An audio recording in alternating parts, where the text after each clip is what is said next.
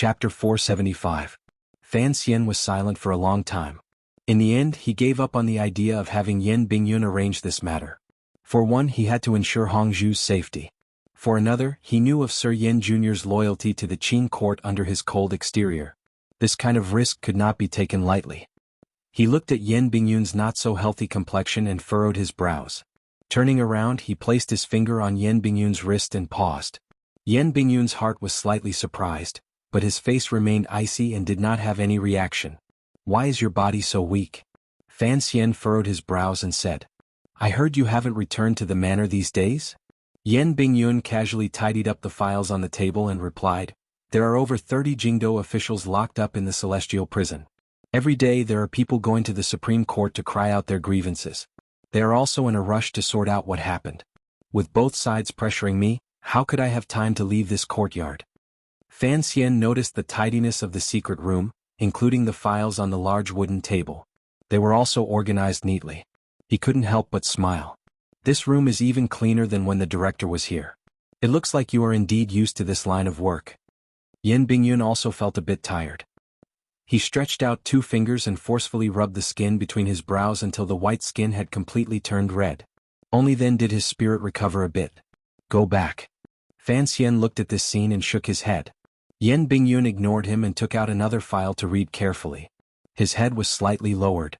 In a quiet voice he said, "You wanted to beat up the second prince and beat up so many people.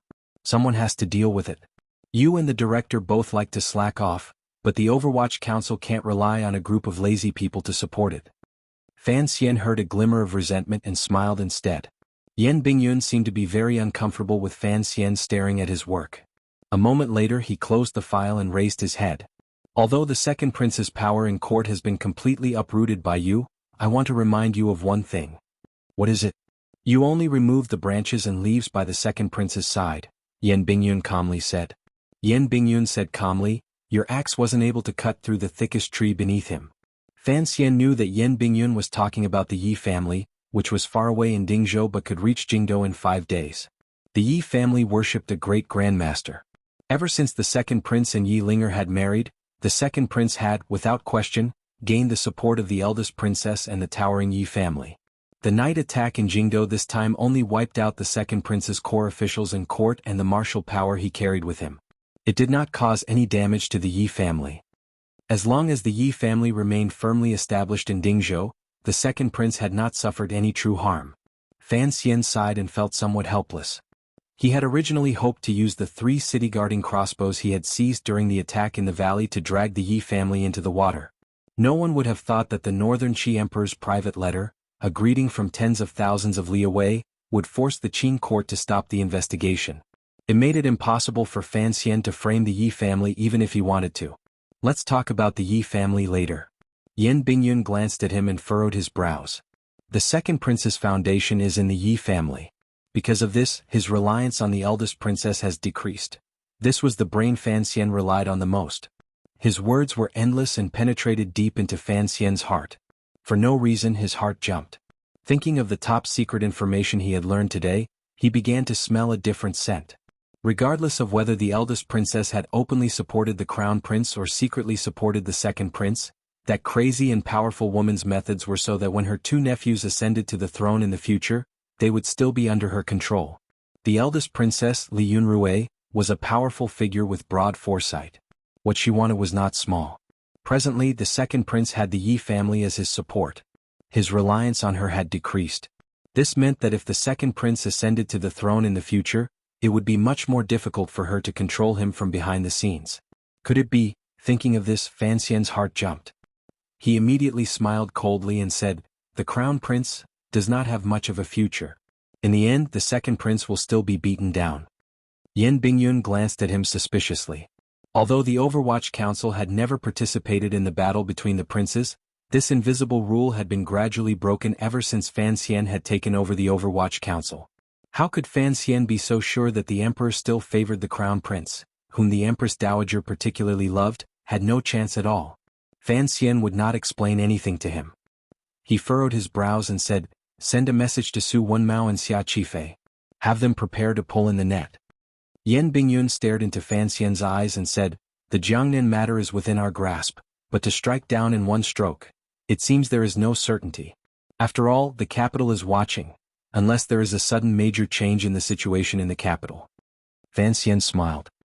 He knew that his unintentional words had made the meticulous Sir Yen Jr. guess something. He explained in an even voice, "It is just preparing ahead of time. Even if the situation in Jingdo does not change in a year, the emperor will not be able to continue tolerating the Ming family matter." Yen Bingyun heard that it was the emperor's intention.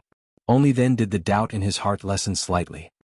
He asked, "To what extent do I have to pull it in?" Fan Xian was silent for a moment, his mind slightly wandering. The complicated arrangements in Jiangnan this year, as well as the dangers hidden under the beautiful weather, were like scenes flipping in front of his eyes like a trotting horse lantern. The heads of the 3 workshops of the palace treasury, the corpses that covered the mountains and plains of the little island, Ming Qingda fainting in the palace treasury, the lawsuit in the Suzhou government, the old Ming matriarch's accidental suicide, the 6th Ming master's imprisonment and murder, the 7th Ming master's sudden appearance. The Ming family was already a grasshopper in his hands. But to what extent he still needed Fan Xian's approval. The wealthiest family in the world is not much cleaner than the royal palace, Fan Xian said to himself in his heart. He quietly said to Yen Bingyun, "Pull it in to the end. Arrange for the people in the money house to do things. Other than that, you can kill a few people in Ming Garden." Hearing the words, money house, Yen Bingyun knew that the big chess piece he had buried for a year was finally going to move. The money house that came from the Shin family in Dongyi in name had been arranged by Yen Bingyun. Naturally, he knew how to deal with the Ming family. However, he had never found out the true source of the silver in the money house. Looking at Fan Xian, he finally couldn't resist lowering his voice and saying, "I don't care where the Jiangnan money came from, but I would like to ask you to pay attention. Please don't let it be Northern Qi." Hearing Yen Bingyun guess correctly, Fan Xian would not admit it. He said self-mockingly, "Don't forget who my mother is. Other than the palace treasury, she still has to leave me some silver to spend." Yen Bingyun shook his head and believed Fan Xian's explanation. After all, everyone knew how strong the Yi family's foundation was. Sitting in the carriage on the way home, Fan Xian felt a sense of loss in his chest. It was not because he had made a wasted trip to the Overwatch Council and did not dare have Yen Bingyun participate in the matter in the royal palace. Rather, it was because he had finally confirmed that for Yen Bingyun and the other young talents of the Qing kingdom, the interests of the Qing kingdom and the emperor, as well as the glory of unifying the world, were the truly supreme standards. Yen Bingyun had always done his best for Fan Xian because everything Fan Xian did was in line with the interests of the Qing kingdom. Once Fan Xian truly became that kind of role in the future, how would he view the commissioner with whom he had such a deep friendship? Fan Xian knew this was inevitable. After all, everyone lived in their own time. He had the experience of his previous life, so he could see the differences between the countries in this world more lightly. However, he could not demand this of others. That was an unreasonable demand. Yen Bingyun's role by Fan Xian's side had always been a bit unclear. He was not a member of the Qinian unit, but he was Fan Xian's trusted aide. He had participated in most of his actions, particularly the planning in Jiangnan last year. After Fan Xian clearly realized this, he made up his mind. As for his deal with Northern Qi, it was best not to let Sir Yen Jr. touch the deepest core. However, there was an important and urgent problem that had not been resolved on this trip to the Overwatch Council. How could he connect with Hongzhu? Fan Xian sat in the carriage and propped his chin on his elbow. His brows were furrowed tightly. Unexpectedly, when he returned to the Fan Manor, he heard an unexpected edict. He immediately acutely realized that if he wanted to confirm this matter with Hongzhu, tonight was the best opportunity. The edict did not come from the emperor. Rather, it came from the long-silent Empress Dowager. The Qin kingdom governed the world with filial piety. The emperor was a role model for tens of thousands of people. Although this Empress Dowager was mostly silent, no one dared to underestimate the true influence of this old woman. The Empress Dowager's edict had arrived the moment Fan Xian left the manor. It was a special edict to summon Fan Xian into the palace. Unexpectedly, Fan Xian had secretly snuck out. The eunuch delivering the edict could only wait. Fan Xian tilted his head slightly and listened to Lady Lu's quiet words by his ear. He glanced at eunuch Yao, who had long waited anxiously. He couldn't resist smiling. Given his ability, if he wanted to sneak into the royal palace, unless Uncle Wu Zhu was by his side, he wouldn't have the confidence to hide it from old eunuch Hong's eyes and ears. If he stayed in the palace tonight, it would be much easier to meet with Hongzhu. Furthermore, he was a man. He could not stay in the rear palace. He could only find a room in front of the royal palace. It would also be more convenient to do things. However, he still didn't understand why the Empress Dowager was so anxious to summon him into the palace. After he and Wan'er left Hongguang Palace hand in hand, Fan Xian couldn't help but sigh awkwardly. Only now did he understand that the old woman wanted him to enter the palace to force him and Wan'er to go to Guangxin Palace to visit his mother-in-law, the eldest princess. The Empress Dowager didn't want her descendants to be in a mess. After Fan Xian returned to the capital, he entered the palace a few times and always avoided the eldest princess. This reality made the Empress Dowager unhappy. She decided to use the power in her hands to make up for the cracks between the younger generation. Taking advantage of Wan'er being in the palace, she summoned Fan Xian into the palace. It was already dusk and the royal palace was dim. Wan'er glanced worriedly at Fan Xian's expression and pouted. "I don't want to go to Guangxin Palace." Fan Xian forced a smile and comforted her. "After all, the eldest princess is your mother. No matter what, you have to see her." Although he said this, his heart gradually sped up. Lin Wan'er looked at him seriously and said, "I know you also don't want to see mother. How about we sneak out of the palace?" Fan Xian couldn't resist laughing in spite of himself. "Be careful of the Empress Dowager killing you and me, two ignorant little bastards." Not far in front of them, the door to Guangxin Palace had already opened a corner. A few serving girls were submissively waiting for the arrival of the two of them.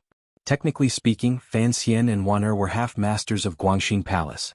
However, this strange world had long made their relationship with the palace cold and strange. Fan Xian smiled warmly and glanced at the serving girls. His eyesight was very sharp. With a glance, he could tell that these serving girls were similar to when he had first entered Guangxin Palace. They all had powerful cultivations. Passing through the corner of the palace door, a light wind hit him in the face. The wind was very cold. Fan Xian thought of the woman in the palace and couldn't help but shiver. "Yiqing, come here. Let me see."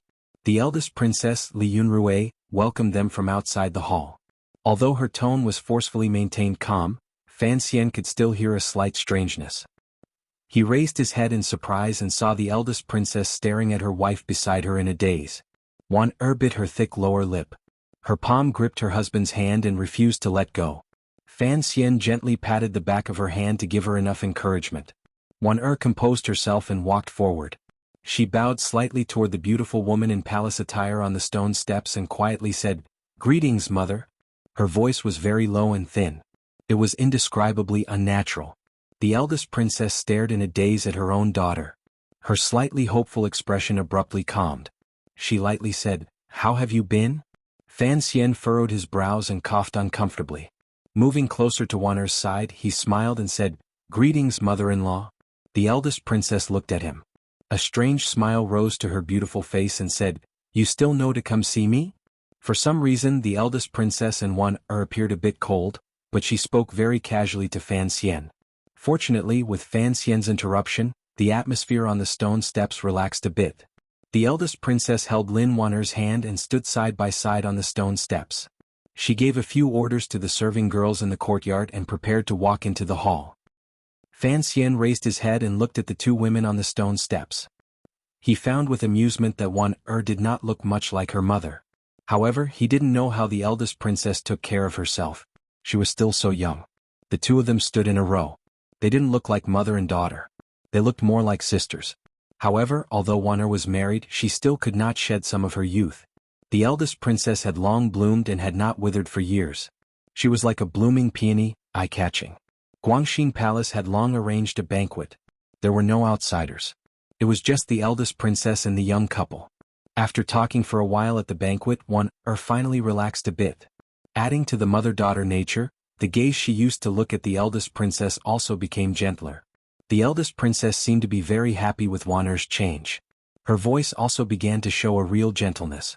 At some point she sighed and faintly said, "In your eyes, I'm afraid I have done a terrible job as a mother." The rims of Lin Wan'er's eyes reddened. Tears were about to fall. She had grown up in the palace. Although she was loved by the Empress Dowager, how could a girl not miss her mother? Hearing such gentle words at her mother's side, her heart was a mess of emotions. She didn't know what to say. Fan Xian sat below and looked at the mother and daughter sitting side by side. He smiled slightly. Of this pair of mother and daughter, one was the foremost beauty in Qin Kingdom. The other was the foremost beauty in his heart. Looking at them now, how could it not be pleasing to the eye? However, he had to gloomily admit that his wife was indeed not as good-looking as his mother-in-law, particularly the eldest princess. Her beautiful appearance, red lips and bright eyes were still the same. Her long hair, like a black waterfall, was coiled up as before. Compared to the past, she revealed a rare glimmer of true emotion. She was not as delicate and timid as the legend said. On the contrary, this made her exceptional beauty more vivid. The voices of the two women at the banquet became softer and softer. They also became more and more at ease. He was not surprised to see this scene because he still had confidence in human nature. No matter how crazy the eldest princess was, she was still a mother. In Fan Xian's view, this incompetent mother was no different from those brainless middle school girls who gave birth in the bathroom in his previous life. After all these years, she should have felt some guilt and come to her senses. The serving girl behind him filled his cup to the brim. He drank it all in one go. There was a trace of burning pain in his throat. The taste of this Wuliangye was indeed incomparably mellow. However, why did it make one feel depressed and lost? The gaze he used to look at the eldest princess did not change, but the emotions in his heart began to churn. He kept thinking, why did such a beautiful woman walk such a path in life? I'll say a few words casually. Naturally, it doesn't count. Yesterday when I looked at the book review and comment section, I felt that it was very strange. That's because I wasn't mentally prepared for such a huge commotion. It was comparable to the two waves of Cici and Begonia. I really didn't expect it because in my opinion, everyone should have been mentally prepared for so many things to happen. From this, it can be seen that being mentally prepared does not mean accepting the fact that it happened. Well, it couldn't be helped. Not every fairy-like woman with a lot of scenes would be pushed down by the male lead. At least this time I wouldn't write it that way. I never considered the possibility of Fan Xian pouncing on my mother-in-law. I apologize to Yogurt for this. As for the crown prince and the eldest princess, I don't think there is anything worth making a fuss about. What kind of person Li Yunrui is a very clear picture. Her past is too clear. And I will never gather everything in the name of love like Odin did. Although I have love, I do not have love for characters like the eldest princess and Peggy. For those who do not like this plot, please skip to read it. For those who find it hard to accept, they can only wave their handkerchiefs with tears in their eyes and say goodbye. Brother Tianhua, we will read the next book. We are all friends. I scratched my head, but I really did not expect such a strong reaction. As for those who repeatedly posted and threatened to not vote or read it and spat vulgarities, I like the monthly votes and the subscription is what I need to survive. Of course, the two are important, but please do not threaten me like this. This kind of action will only make your fingers sore. It is useless. I am very timid. I will naturally feel repulsed and then become more determined. I write a story for everyone to read, but it will never satisfy everyone's interests. Maybe some people think it is too evil because of the mess in the palace. Maybe some people think I am too pure because I did not let Fan Xian and his mother marry. To be honest, this is a story I wrote. Although the main purpose of writing this story is to earn money, this money must be earned by oneself. And I think that seriously writing the book according to my own ideas is a kind of sincerity. It can make one feel at ease. As a writer, you should have this kind of awareness because no one will give you 5 million, even if it is not in US dollars. Chapter 476. Yesterday I said a lot of sincere things about myself, and then there was the call to take it off the shelves in the Chidian message box. As for the strength of the people's struggle, I feel very gratified. Gratified my ass. No matter how reactionary I am, I won't fall to the level of Carrefour. However, I can only shrug my shoulders and not bow. As the main antagonist, of course, I have to continue playing this role well. There are many happy things in life. Blackbelly's writing about Hai Tang makes me very happy. In a moment I will post it in the public area and let everyone play with it. I can't say any more useless words because another reader has expressed strong dissatisfaction. I also don't like to talk. I'm just long-winded and my mood is indeed not good. Is that okay? In grief.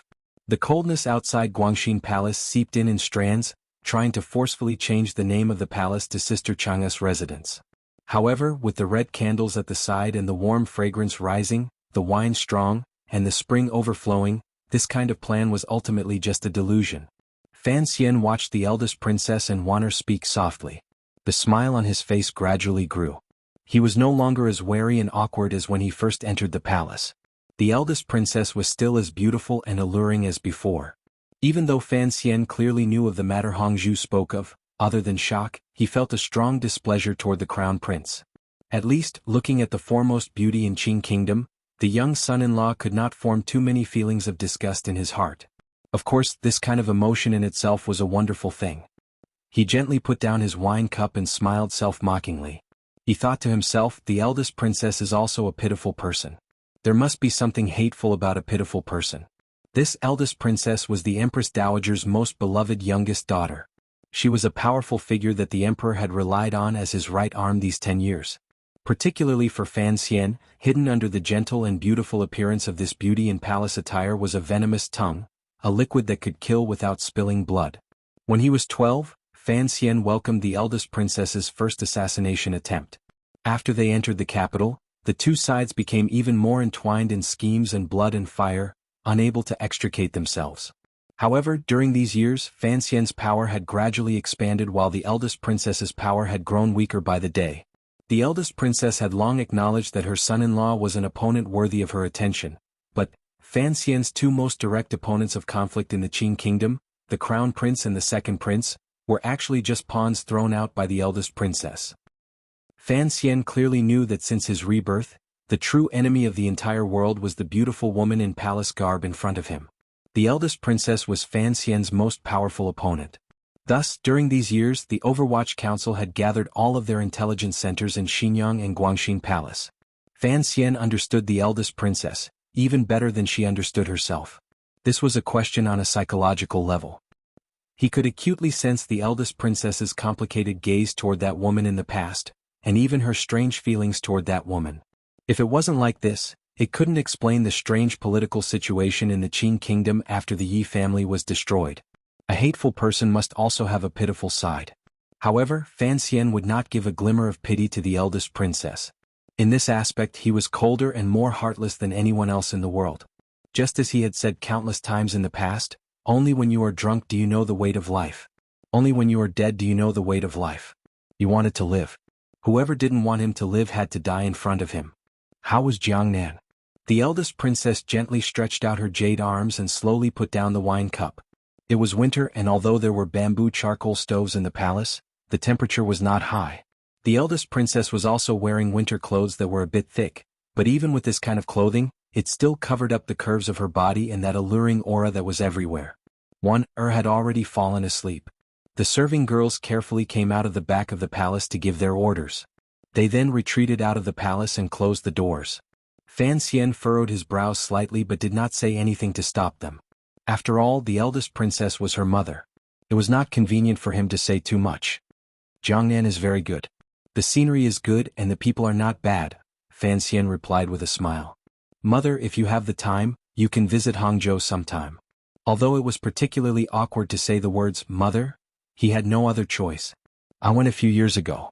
Now the scenery is the same but the people are very different. What need is there to go again? The eldest princess left the banquet. As she walked out of the palace she spoke mockingly. These words were referring to the palace treasury that had originally belonged to her and had now been completely taken over by Fan Xian. Fan Xian did not leave his seat and paused slightly. A moment later he respectfully said, living in this world one has to see the people and one has to see the scenery. People are always like flowers chasing water. Every year is different. The scenery stands tall in the world but it will not change for 1,000 years. A person's life is short, but they can see the changing scenery of tens of thousands of years. This is what I think is important. The eldest princess turned her head to look at Fan Xian. She tilted her head slightly and revealed a trace of a smile on her face. What do you want to advise me about? I don't dare, Fan Xian replied with a pained smile.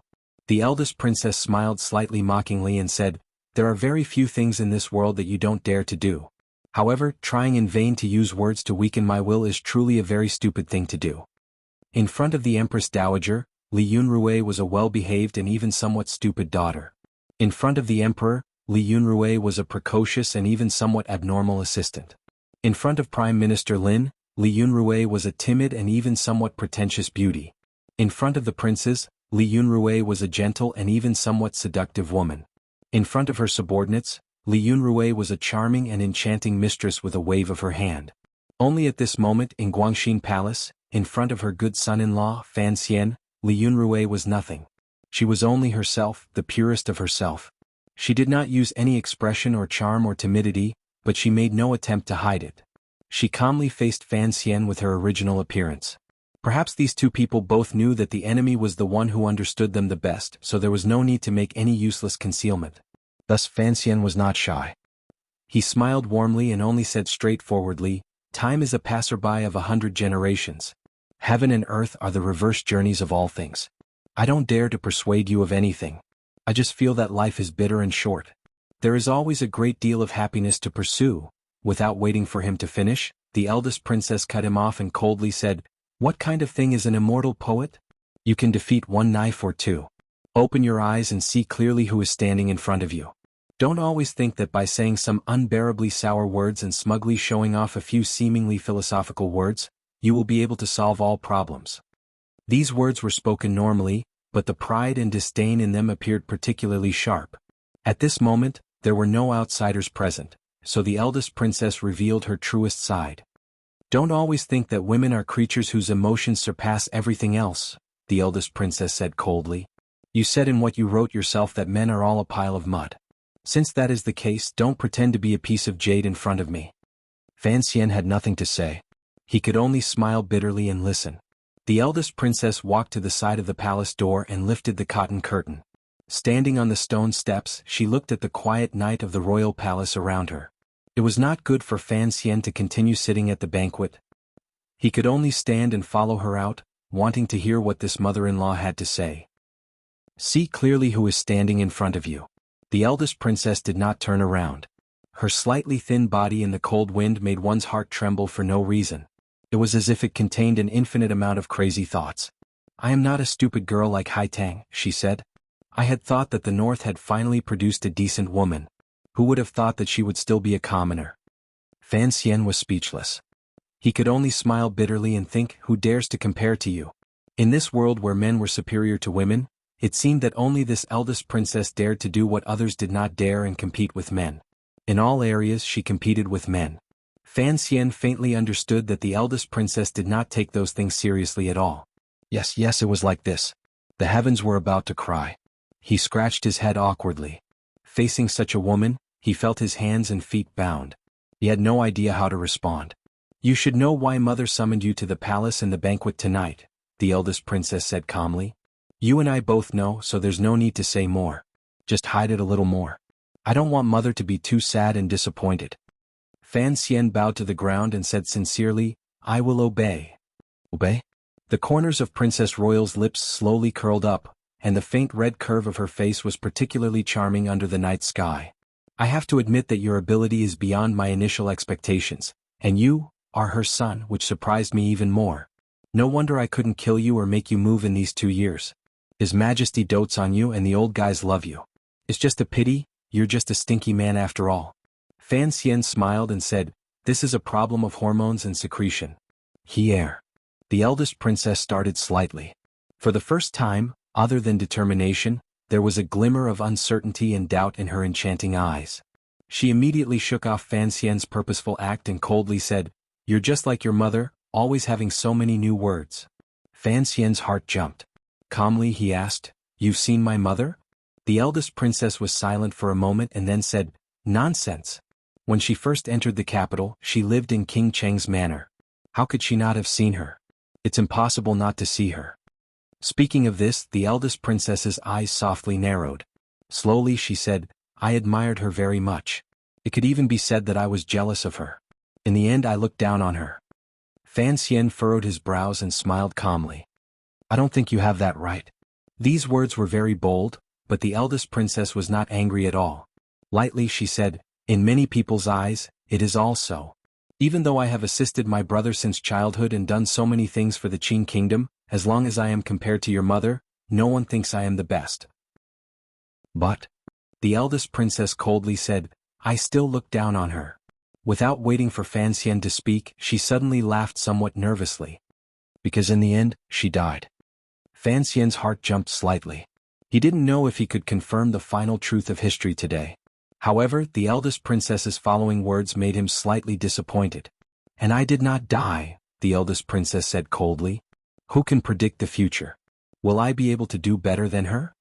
She turned around and stared at Fan Xian with eyes as soft as the moon in mist.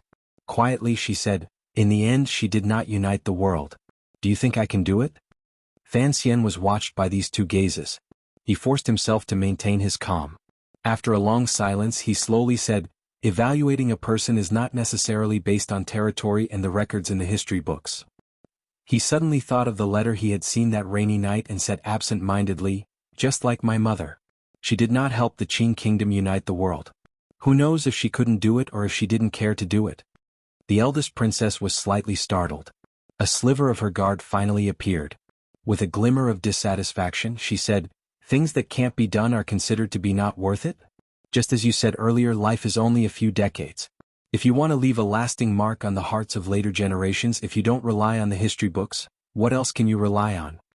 "My mother did not leave a single word in the history books." Fan Xian looked deeply at the eldest princess and said, "I think you understand why. But you cannot deny her existence in this world because of this. Regardless of whether it is the products of the palace treasury or the Overwatch Council, they are all telling the world something. One day the history books will be forgotten by people and the yellow paper will be swept into the trash heap. But the true changes to this world will always be preserved." After the eldest princess heard these words, she was silent for a long time. She then quietly said, "You're right. I have not caused any true changes to occur in this world." She paused and then said self-mockingly, "Other than causing the borders of the countries under heaven to continuously change, the land of the Qin kingdom has continuously expanded. Even if you conquer tens of thousands of li of rivers and mountains, you will still be a bun after death," Fan Xian said seriously. Although the eldest princess had mercilessly mocked him countless times earlier, he still said these seemingly trite words. The eldest princess no longer looked at him. She looked at the quiet scene in the royal palace and said, "Your way of thinking is different from most men in the world. Some men, it is because they are cowardly and incompetent that they gloriously say they have come to terms with it and are indifferent. However, for a man like you who already has sufficient status and possibilities, to not want to establish a career and leave a name in the history books, it is truly rare and cowardly." Fan Xian smiled and replied, "Perhaps Ji knows that he does not have this kind of ability. It is not always possible to see someone as talented and bold as the emperor." After saying this, he carefully glanced at the eldest princess. The eldest princess did not look at him. She looked at the corners of the royal palace. It was as if she had sunk into a strange emotion because of someone in Fan Xian's words. "I am a person with a strong desire for power," she said after a long silence. After a long silence she said, "But this doesn't mean that I like things like power. I only need power to achieve a certain wish, and this wish is something that you people can never understand." Fan Xian lowered his head slightly. The eldest princess suddenly raised her hand and took in a few breaths of warm air. Her actions were as cute as a young girl's. She smiled slightly and said, "Women can also do things. I have always wanted to prove this point. Why is it that men always use women in this world? Why can't women use men?" The most beautiful woman in Qin Kingdom finally said to Fan Xian, "This is something I learned from your mother. I have said before that I looked down on your mother because, in the end, she still could not escape the fate of women being used by men. You can go. I'm tired." There shouldn't be a second time for this kind of conversation. Fan Xian lowered his head and bowed. Out of the corner of his eye, he glanced at the soft curve of the eldest princess's side profile. He thought about the words the eldest princess had said and smiled slightly. He thought to himself that perhaps this was the unchangeable norm of the battle between men and women. Even if it was her, wasn't it also a reaction after being used by men and not being able to change? The eldest princess looked calmly at his back. She hoped her words would be able to plant that poisonous flower in Fan Xian's heart. Shortly after, she raised her head and looked at the night sky above the royal palace. Her fingers moved slightly as if she was recalling a certain curve. Furrowing her brows, she wondered which palace brother the emperor would spend the night in. There was no pity, no emotion, no reflection. Fan Xian directly left Guangxin Palace. Under the light of the eunuch's lantern, he headed toward the front of the royal palace. His back was a bit wet, not because of fear but because of some complicated emotion. He couldn't help but think of the first time he entered Guangxin Palace to massage the eldest princess. At that time, his 2 fingers had stopped at the temples next to her beautiful hair, constantly worried that he would be assassinated in the palace. Thinking about it now, Fan Xian at that time had been very naive in terms of politics. The present Fan Xian understood that politics was dark, dirty, and bloody. It was the most untouchable taboo in the world. However, from the moment he was born, he had been tightly embraced by these things. Thus, he had to do it more thoroughly than anyone else and hide it better. The eldest princess was very calm tonight. Fan Xian knew that just like how the gentler the smile on his face, the thicker the murderous intent in his heart, the calmer the eldest princess' expression, the crazier she became. Walking toward the front of the city, Fan Xian watched the dim yellow lantern in front of him sway slightly. He was calm to the point of coldness as he analyzed everything he had seen and heard tonight. As for the poison the eldest princess wanted to plant, Fan Xian had actually planted it a long time ago. He had just hidden it well. How crazy would the eldest princess be? Was it as his father-in-law and Wuzhou guessed? Fan Xian still didn't understand where to find such an opportunity. He suddenly remembered that the eldest princess had not mentioned a word about Lin Ruofu, who was far away in Wuzhou. Given Fan Xian's understanding of that old matter, the eldest princess might not necessarily be heartless toward Prime Minister Lin. Her actions tonight were indeed a bit strange. It looked like that woman had indeed changed in recent days. Substitute. Fan Xian furrowed his brows and quietly muttered to himself. He looked similar to the second prince. Strangely, he didn't look like the emperor at all. On the contrary, the crown prince, who had always been a bit weak, vaguely looked like the emperor. "Sir, what kind of substitute?" the eunuch leading the way asked fawningly. Fan Xian smiled and said, "Trash." There was a special place to rest in the royal palace. It was far from the inner palace. A dozen years ago, when the emperor had been busy with government affairs, he often worked through the night to handle state affairs. At that time, the prime minister and officials also had to wait in the palace and often didn't have time to return home. Thus, the emperor had issued a special edict to vacate an area in the front of the city for these officials to rest. Presently, Qing Kingdom was in a period of peace and prosperity, and there were temporarily no worries on the borders. The palace was no longer as busy as before, and this place had been quiet for a long time. Until Fan Xian moved in today. Before long, Fan Xian had already left the manor. Borrowing the shadow of the tall city walls, he moved forward silently like a ghost. He grabbed a handful of snow from under the palace walls and carefully wiped away the faint scent of sleeping incense on his fingers. Increasing his speed, he headed in the direction of the 9 pine trees. Traveling alone at night in the royal palace was indeed a very risky matter. However, Fan Xian knew that if he acted according to normal thinking, he would only move out in the dead of night when the defenses in the palace were the tightest. Although it was already night, there were still many people in the palace who had not gone to sleep. It was safer to travel unexpectedly at night. His destination was a corner of the royal palace, near the 9 pine trees. This area was still within the boundaries of the royal palace. It was where the washing station was when it was first built. Later, there were more and more eunuchs in the palace, and many residences were built along the washing station. Only then did it gradually become a place for eunuchs to live. The washing station also had a restricted entrance to the outside of the palace. Although it was still guarded by imperial guards, it was, after all, a place where eunuchs and serving girls lived together. It was crowded with people, so the security was much more lax than other places. The officials who took the risk to deliver items into the palace often went through this place. Fan Xian's contact with Shufang Palace was basically through this channel. However, he was not going to sneak out of the royal palace tonight. He was going to see someone. To see Hongzhu. Chapter 477. The Qing royal family had always been very strict with the management of the eunuchs. Among the many rules, there was an absolute order that absolutely did not allow the eunuchs to buy residences outside the palace. This was to ensure the privacy and safety of the nobles within the palace and make it easier for the imperial soldiers and guards to control them. It was also to prevent the eunuchs who had the means to buy residences from colluding with the officials in court. However, the eunuchs with status would never lack for silver. Since they could not buy residences outside, they could only put effort into where they lived. Thus, in this seemingly poor area of the laundry workshop, one could still find a dozen very eye-catching mansions. The eunuchs' individual courtyards stood calmly and proudly in the bustling laundry workshop. It was already late at night. Hongzhu had properly arranged the matters in the Eastern Palace. He separately knelt to the Empress and the Crown Prince to say his goodbyes. He then led a few trusted eunuchs toward the laundry workshop. Not far from the inner palace, those trusted eunuchs carried out a bamboo sedan chair from somewhere and invited him to sit in it. In the inner palace, Hongzhu did not have the courage to put on airs. Once he left the inner palace, he would not refuse such things that he should enjoy. However, sitting in the swaying bamboo sedan chair, his expression was not very good. Those eye-piercing little red lumps shrunk in the icy wind. His mood was also a bit gloomy. He forcefully hid the glimmer of fear and unease in his eyes. He said a few words to the eunuchs beside him and scolded them a few times, telling them to serve the two in the eastern palace well. The fear in his heart disappeared a bit because of the scolding. Only then did he feel slightly more at ease. Entering his own little courtyard, he muttered a few words and then entered the room. He sat on the round chair beside the Kong. The style of this round chair was exactly the same as the one old eunuch Hong used to sunbathe outside Hongguang Palace.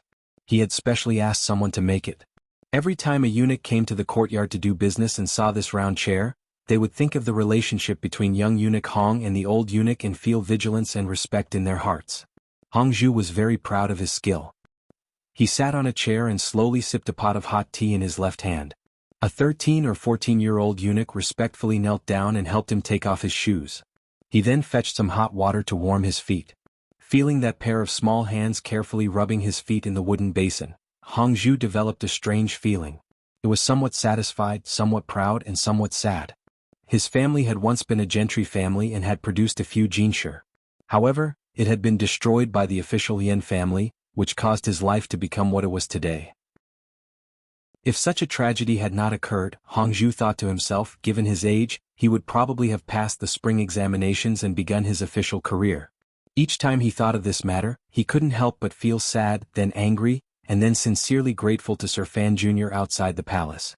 Hongzhu was not an ungrateful person. It was said that a scholar would die for those who understood him. He had always thought that although he did not have that thing between his legs, his heart was still that of a scholar.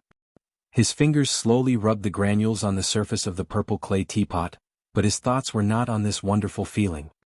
He thought of the matter he had taken the risk to tell Sir Fan Jr. He didn't know what kind of disaster this matter would bring to him. He had been afraid for many days. It was not until Sir Fan Jr. returned to the capital that he felt a little more confident. He would leave such a terrifying matter to Sir Fan Jr. to handle. Perhaps he would gain some benefits from it. It could be considered his repayment. As long as the matter did not implicate him, it was fine. Hongzhu's fingers suddenly trembled. He stuck out his tongue to moisten his lips that had become dry from nervousness. In a dry voice he said, "You can leave. I'm a bit tired. If there's nothing important, don't disturb me." The 13 or 14-year-old eunuch with delicate features took out a dry rag and wiped eunuch Hong's feet clean. He giggled and said, "Eunuch, do you want to call Xiu to help you massage them?" Hearing these words, Hongzhu was slightly startled. He immediately thought of the serving girl's soft body and fragrant wet tongue. A warm current surged in his lower abdomen, but it could not go to where it should go. Involuntarily, his expression darkened slightly. In addition, he was afraid that these words would be heard by the person in the room. He scolded angrily, "Get out! What Xiu and Xing?" The little eunuch didn't know why his eunuch was angry. With a sullen face, he left the room and carefully closed the door to the courtyard and room. He then went to the side room to sleep. "Xing, that is Yi Guiping's trusted serving girl. How dare you have designs on her?" Fan Xian walked out from the inner room and laughingly scolded. "Look at your little life, it's even more comfortable than mine. You've gradually become more daring." With a sullen face, Hongzhu said, "Don't embarrass me, I really don't have much courage." He glanced at Fan Xian probingly and smiled. "Besides, that Xing lady, isn't she my person?" Fan Xian jumped in fright and scolded in a low voice, "Die! How dare you say such preposterous things?" Hongzhu smiled apologetically and closed his mouth. This little courtyard was to the southwest of the laundry workshop. The terrain was relatively quiet. Earlier, Fan Xian had circulated his jinchi to listen. There shouldn't be anyone eavesdropping around. It was relatively safe and convenient to speak. He was afraid that Hongzhu would be too shocked by that matter, so the moment he opened his mouth, he first said a few naughty jokes. He sat at the foot of the Kong. The lights in the room could not cast his shadow outside from this angle. Hongzhu carefully looked around and lowered his voice. "Sir, I knew you were staying in the front of the city today, so I guessed. However, this place is also not safe. It's best to leave quickly." Fan Xian nodded and glanced at him. In a low voice he asked, "Are you sure?" Hongzhu's expression immediately changed. His lips trembled for a while. He looked around fearfully and nodded a moment later. "Keep this matter to yourself. Don't tell anyone." Although Fan Xian knew that Hongzhu was not that stupid, he still reminded him worriedly. Furrowing his brows he said, "Even if you cover it until it's rotten, don't talk too much. When you're sleeping, it's best if there's no one beside you, not even that Xiao or." Hongzhu shivered and thought to himself, "C, this is too extreme. Who can control something like sleep talking?" In reality, Fan Xian was also a bit angry at this moment. There were too many things to consider in between how to turn this hot potato into a stone that could hit people. His main purpose in visiting Hongzhu tonight was to confirm this matter face to face. The follow-up arrangements could not be made carelessly right away. He was silent for a moment and then said in a low voice, "Regardless of what you do next, there is one thing you have to remember. First, you have to remove yourself from this matter. Don't let anyone find out that you have anything to do with this matter. This is the first condition," Fan Xian said seriously. "As long as there is even the slightest possibility that it involves you, then don't move." Hongzhu nodded silently. He had long known that if he sold this information to Sir Fan Jr., Sir Fan Jr. would certainly use this information, and he would certainly become an important part of the other party's actions. From the very beginning he had put his little life in Fan Xian's hands. The kindness of dozens of lives in his clan was repaid with his life. It was nothing. Hearing Fan Xian's concern for his safety, he felt more and more moved in his heart. The candlelight in the room swayed for a moment. The light and shadow were slightly blurry. Fan Xian called Hongzhu to his side and quietly said something in his ear. The more Hongzhu listened, the brighter his eyes grew. However, there was still undisguisable fear and alarm in that brightness. However, this kind of fear and alarm could not defeat the future rewards. Like the officials in court, the eunuchs in the palace also had to secretly suppress the Zhuang family, particularly eunuchs like Hongzhu who had already climbed to a certain level. Starting from a year ago because of Fan Xian's secret actions, Hongzhu already had no choice but to suppress him in Shufang Palace. Right now, it is inconvenient for us to contact each other. We have to find a way. Fan Xian finished explaining some things and furrowed his brows. But we can't go through the middleman. There are still some details that I have to go back and think about. Before I return to Jiangnan we have to see each other again. In the first month, when can you leave the palace? 22. Hongzhu swallowed and lowered his head. The Empress doesn't like the embroidery color that Jiangnan sent as a tribute last autumn. She asked for an edict to order a batch from Dongyi. This is a profitable business. The Empress bestowed it to me so I can go out that day. Fan Xian nodded and confirmed the time for their next meeting. However, a thought flashed through his mind. He realized that the Empress truly doted on Hongzhu, this eunuch. He looked at the pimple on Hongzhu's forehead and unconsciously glanced at his crotch. Shortly after, he laughed silently at himself. He had seen too many shady things in this gloomy and heavy palace. He couldn't help but want to think about everything 3 ways down. However, this was impossible. The checks to enter the palace were too strict. On the land of the Qin kingdom, it was impossible for a story like Wei Xiaobao's to appear. Fan Xian didn't dare stay in Hongzhu courtyard for long. In the end he gave a few more careful warnings and left. It was a long time after he left that Hongzhu came back to his senses. Looking at the empty corner of the Kong and the lights in the room, he was confused. The door to the room and courtyard hadn't even been opened. How did Sir Fan Jr. leave? Ah, he really is amazing. Hongzhu slapped his thigh and silently sighed in admiration. For some reason, the large stone that had been pressing down on his heart suddenly became much lighter after Fan Xian's arrival. Perhaps he had told this massive secret to another person and split it in half. Perhaps he felt that a godlike figure like Sir Fan Jr. would certainly be able to handle this matter. He had a lot of confidence in Fan Xian. He felt that he could finally have a good night's sleep. With a relaxed expression, he blew out the lights, took off his clothes and burrowed into the thick blankets. Although Xiao Er's youthful and beautiful body was missing from the blankets, young eunuch Hong still felt very happy. However, Fan Xian's confidence in Hongzhu was not full. He had 3 methods of controlling Hongzhu. One was to help his family get revenge. Another was to give his brother and Jiaozhou countless benefits. What he truly used to tie down Hongzhu was still affection. In this world, everyone was different. Some people could be bought with money. Some people had no ability to resist in front of beautiful women.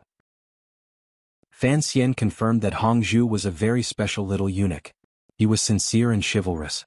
Otherwise, he would not have been willing to become a nail in Fan Xian's hands in order to repay a favor. He also would not have occasionally curried favor with old eunuch Hong. However, a person's personality and nature would always change according to the environment they were in. Hongzhu was no longer that bitter child running for his life in the mountains. He was also no longer a little eunuch who was bullied by others in the palace. He was the head eunuch in the Eastern Palace. He was deeply favored and trusted by the empress, the emperor's favorite, and the eunuchs and serving girls in the palace fawned on him. Circumstances changed one's temperament. Vanity could melt one's bones and greed could cloud one's heart. Who knew if, in the future, he would not be unable to resist the temptation of profit and quietly lean to the other side? No one knew that Hongzhu was one of his people, so it would be very easy for the other factions to accept him. If they were playing around, of course Fan Xian would be happy with this state.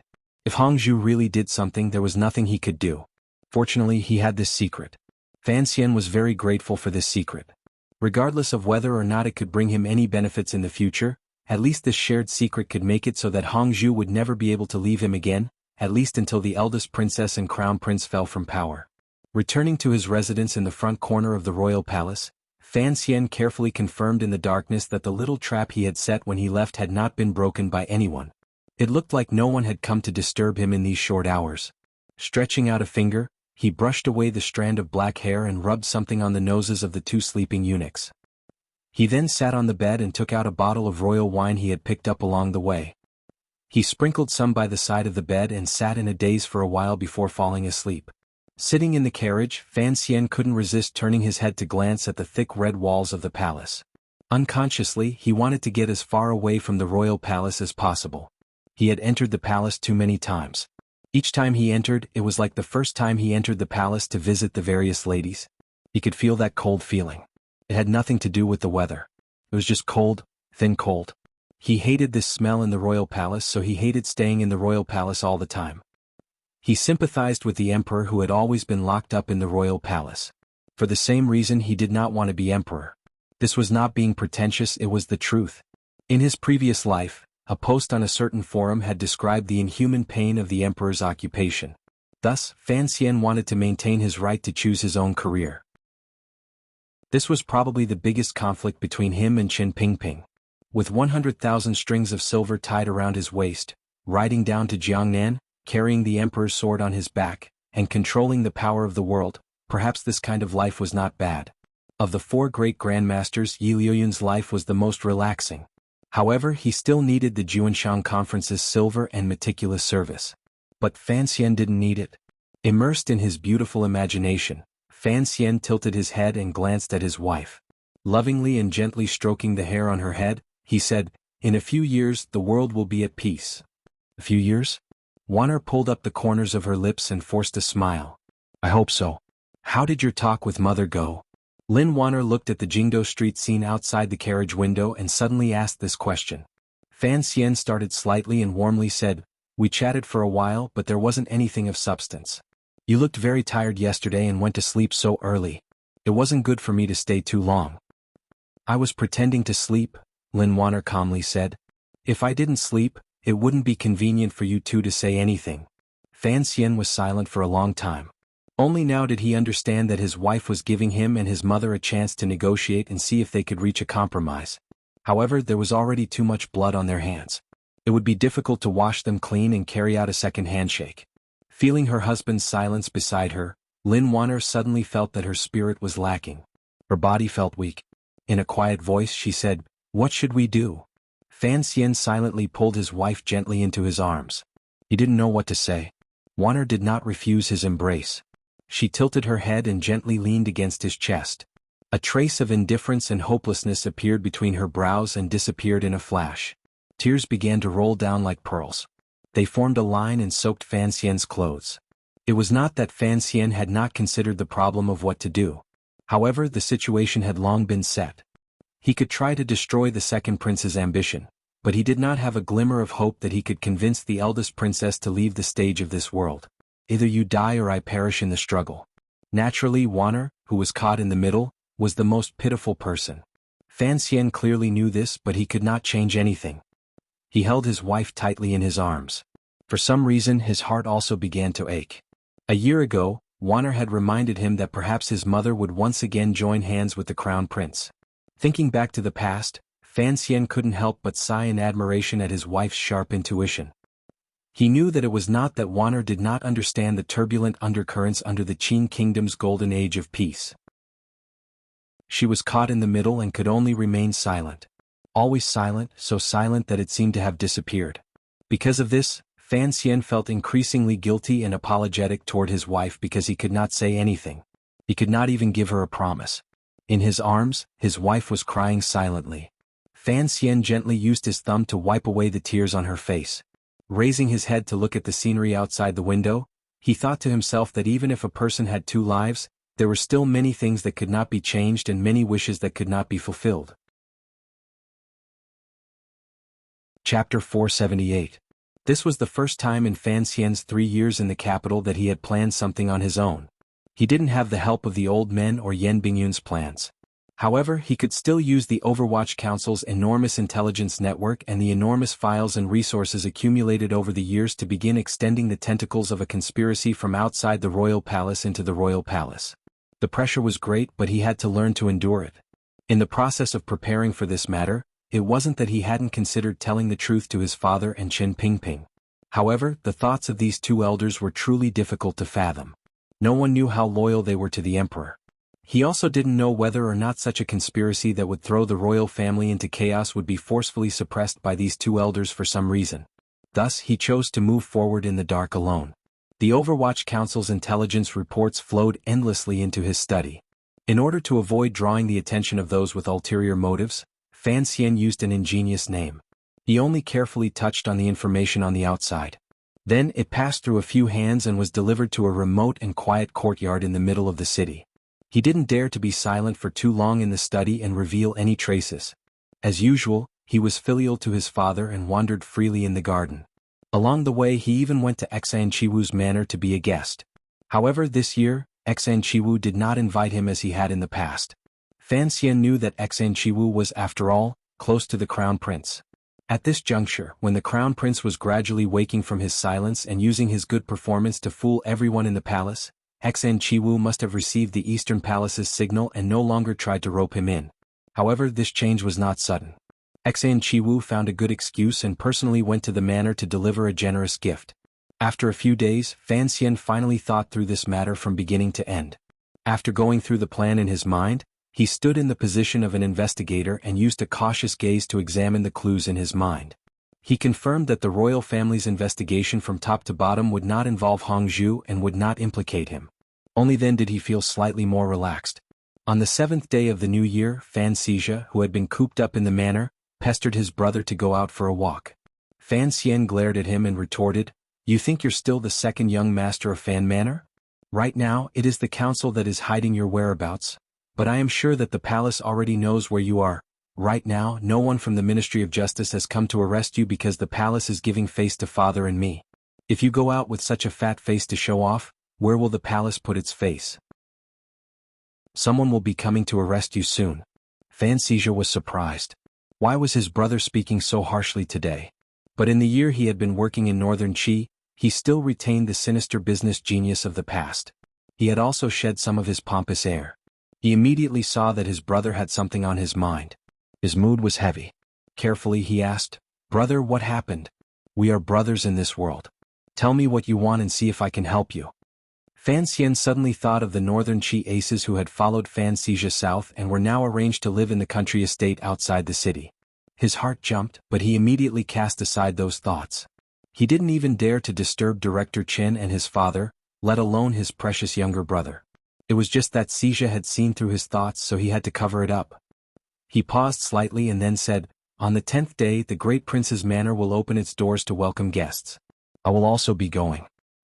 "The 10th day?" Fan Xizha pressed his lips together and giggled. "Brother, that is an important day. It looks like the great prince truly thinks highly of you, to actually pick such a day to invite you." Fan Xian laughed coldly. "I'm afraid this is Wang Fei's intention. What am I worried about? I said I was going to take Hongqing, but yesterday someone from the manor came to remind me that on the 10th day, our second prince will also be going." Fan Xizha sucked in a cold breath. "Good heavens! Brother, you beat the second prince into a pile of mud and now you're going to sit at the same table to eat. Be careful of that woman's dirty tricks." Fan Xian furrowed his brows and said, "Not necessarily. Who would dare to kill someone in the great prince's manor? I feel it will be difficult to deal with." Fan Xizha lowered his head and immediately understood what his brother was worried about. The great prince had chosen the 10th day to invite guests, and it was Fan Xian and the second prince. Presumably, the great prince still wanted his two brothers to be at peace again. His brother couldn't not give face to the great prince, but he couldn't let go of the second prince. No wonder he was in such a difficult situation. He thought he understood the reason for his brother's heavy thoughts. He shook his head and said, "If you want to eat, then eat. In any case, if you don't say anything, the great prince can't do anything to you." Fan Xian smiled. "That's true." He looked at his brother and suddenly said, "Are we really going out? We can't get out of the carriage. We can only watch from the carriage." Fan Xian was overjoyed and looked at him pitifully. After returning from northern Qi, he had been locked up in the manor. Even during the ancestral worship on the first day of the new year, he could only kowtow a few times in the carriage. He had long been stifled. Hearing his brother's orders, he nodded repeatedly. As the carriage traveled through Jingdo, snowflakes gently floated down like willow catkins. The Fan brothers strolled around the bustling streets of Jingdo twice. In the middle, they stopped by Dambo bookstore to understand the recent situation. The two owners had arrived. The shopkeeper of Qingyu Hall, who had replaced 7th Yi, quickly entered the carriage to report. However, listening to the report was secondary. Fan Xian only wanted to see the small bookstore he had started. After leaving Dambo bookstore, they went to Baoyue brothel. The carriage stopped outside the hidden back door of Baoyue brothel. Fan Xian tilted his head and looked at the 3-story building. His young face was full of the sigh of an old man. Earlier, looking at Dambo bookstore had already made him feel emotional. Now, looking at the brothel that had changed his life, the complicated feelings in his mind suddenly surged. Fan Xian lifted the curtain of the carriage and walked out. Fan Xian was overjoyed. Without saying anything, he followed him out of the carriage. There was already someone waiting at the back door. The group of people quietly entered the back courtyard and followed the quiet stairs directly up to the 3rd floor. They sat in the room that had been empty the whole time. Fan Xian excitedly twisted his head and looked around. Occasionally, his palm would touch the antique furniture that he had personally arranged in the style of the Wei Kingdom. His face was full of reluctance and excitement. Fan Xian smiled and glanced at him. He was not worried about his brother's safety. In Jingdo, as long as he came out with him, no one would dare to force him to do anything. However, looking at Fan Xian's expression, his emotions suddenly stirred. For people like Xian and the 3rd prince, if they were to be judged as good or evil, they were probably characters that should be cut 1,000 times. Yet he had always stood firmly behind them. He laughed at himself and thought to himself that he really was not a good person. There was no one else in the side room. Only Sang Wen and Shi Qing'er were personally serving him. After drinking a cup of hot tea, Fan Xian gave Sang Wen a meaningful glance. The two of them walked into the hidden secret room in the back. Fan Xian was not surprised. He didn't even glance at the two of them. He only continued to chat with Shi Qing'er. Between the lines, he was very concerned about the state of Baoyue brothel's operations after he left the Qin kingdom. After he heard Shi Qing'er relay Fan Xian's slight changes to Baoyue brothel, as well as the situation of the girls' contracts, he opened his mouth wide and sucked in a cold breath. His gaze toward the secret room became different. Fan Xian truly admired his brother from the bottom of his heart. With these changes, it looked like the brothel had taken a loss. In reality, he had won the hearts of the people and reduced a lot of unnecessary expenses in the dark. He shook his chubby face and secretly sighed in admiration. "I only know how to earn silver, but my brother knows how to win the hearts of the people." What Fan Xian wanted was the loyalty of his subordinates. Other than sucking in the silver of the nobles, the most important use of Baoyue brothel was to gather intelligence. This kind of work could only be handled by Sang Wen, who was loyal to him. "Have you been to Qin Garden recently?" Fan Xian looked at the gentlewoman and seemed to ask casually. Sang Wen shook her head. "No." Fan Xian nodded. Sang Wen was his direct subordinate. As long as the old Qin cripple didn't say anything, the rules of the council and corresponding workflow would not be able to interfere with her actions. "How is the preparation of the things I want coming along?" Sang Wen took out a sealed craft paper bag and handed it over. "The intelligence regarding the embroidery bureau is very easy to obtain. However, the matter you want to investigate is not easy to start with." She forced a smile and said, "The medical officials of the Imperial Academy of Medicine are all old men. Why would they go to a brothel? If you really want to investigate the Imperial Academy of Medicine, I think it would be more convenient to start with the council." Fan Xian shook his head and said, "I said earlier that this is a private matter. It cannot go through the council. Also, the imperial doctors are all old men, but what about their disciples? They are all young people. Sang Wen's lips were a bit wide, but they were not ugly. On the contrary, they contrasted with her gentle face and gave off a different feeling. She opened her mouth and bitterly said, "The salary of the students of the Imperial Academy of Medicine is too little. Before they finish their apprenticeship they cannot diagnose on their own. Even the manners in Jingdo are not allowed to go. It is truly difficult to get them to come to Baoyue brothel." Fan Xian took out the file from the craft paper bag and narrowed his eyes to look at it closely. Relying on his extraordinary memory, he forcefully memorized most of the key contents on the file and handed it back. Sangwon took out a brass basin and carefully burned the file and the craft paper bag in it. She only stood after she had burned everything to ashes.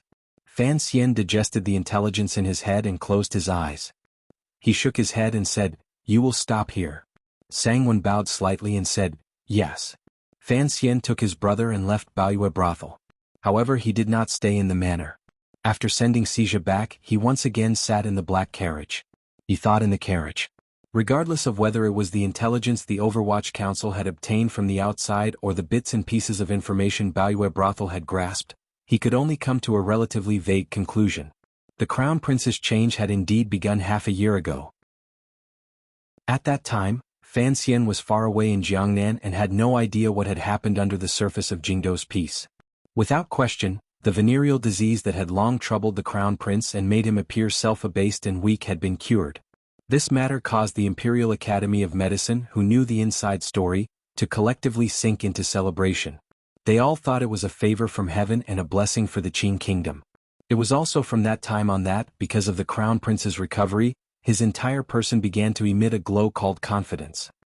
He became calmer and revealed the steadiness that a future emperor should have in his calmness. The Empress Dowager liked this kind of change. The emperor also seemed to be pleasantly surprised. After receiving confirmation from Hongzhu, Fan Xian sank into some kind of deep thought. On a psychological level he could deduce some things. However, the eldest princess may have only seen the Crown Prince as some kind of substitute or even as a pet like a little white rabbit. But what about the Crown Prince? Even if he was the passive party, where did he get the courage from? Regardless of whether it was the Crown Prince's cowardice and arrogance in the past or the current Crown Prince's steadiness and self-control, neither should have the courage to do such an absurd thing. Although it was beneficial from a political standpoint, the Crown Prince still did not seem like someone with this kind of courage because he was not crazy enough. Thus, before he came to an agreement with Hongzhu, the first thing Fan Xian did was investigate the cause of this matter. He felt it was truly strange. The carriage jolted. Fan Xian's brows were furrowed tightly. As Fei Jie's successor, he was too familiar with things like medicine. After he had a general understanding of the entire situation, he unconsciously placed his suspicious gaze on the medicine. Medicine.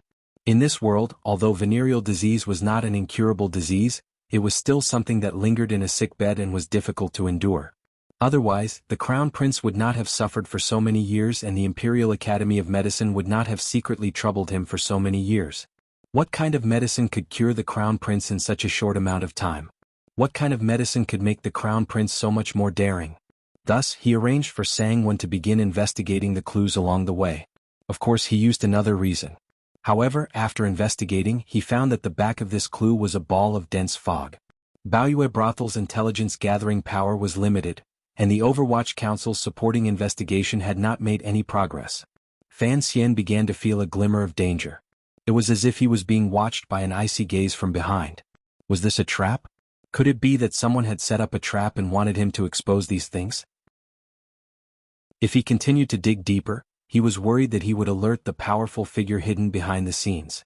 Thus, he decisively stopped the investigation of the medicine and turned back to the path he should be on. He understood one thing. No one knew of his relationship with Hongzhu. Since it was so, no one should think of using this layer of relationship. If there was another hand trying to control this matter, then their goal was the same as his. As long as he was not implicated when the matter happened, that hand would not be able to use him. The medicine was key, but it was not. The key was still the Crown Prince's heart.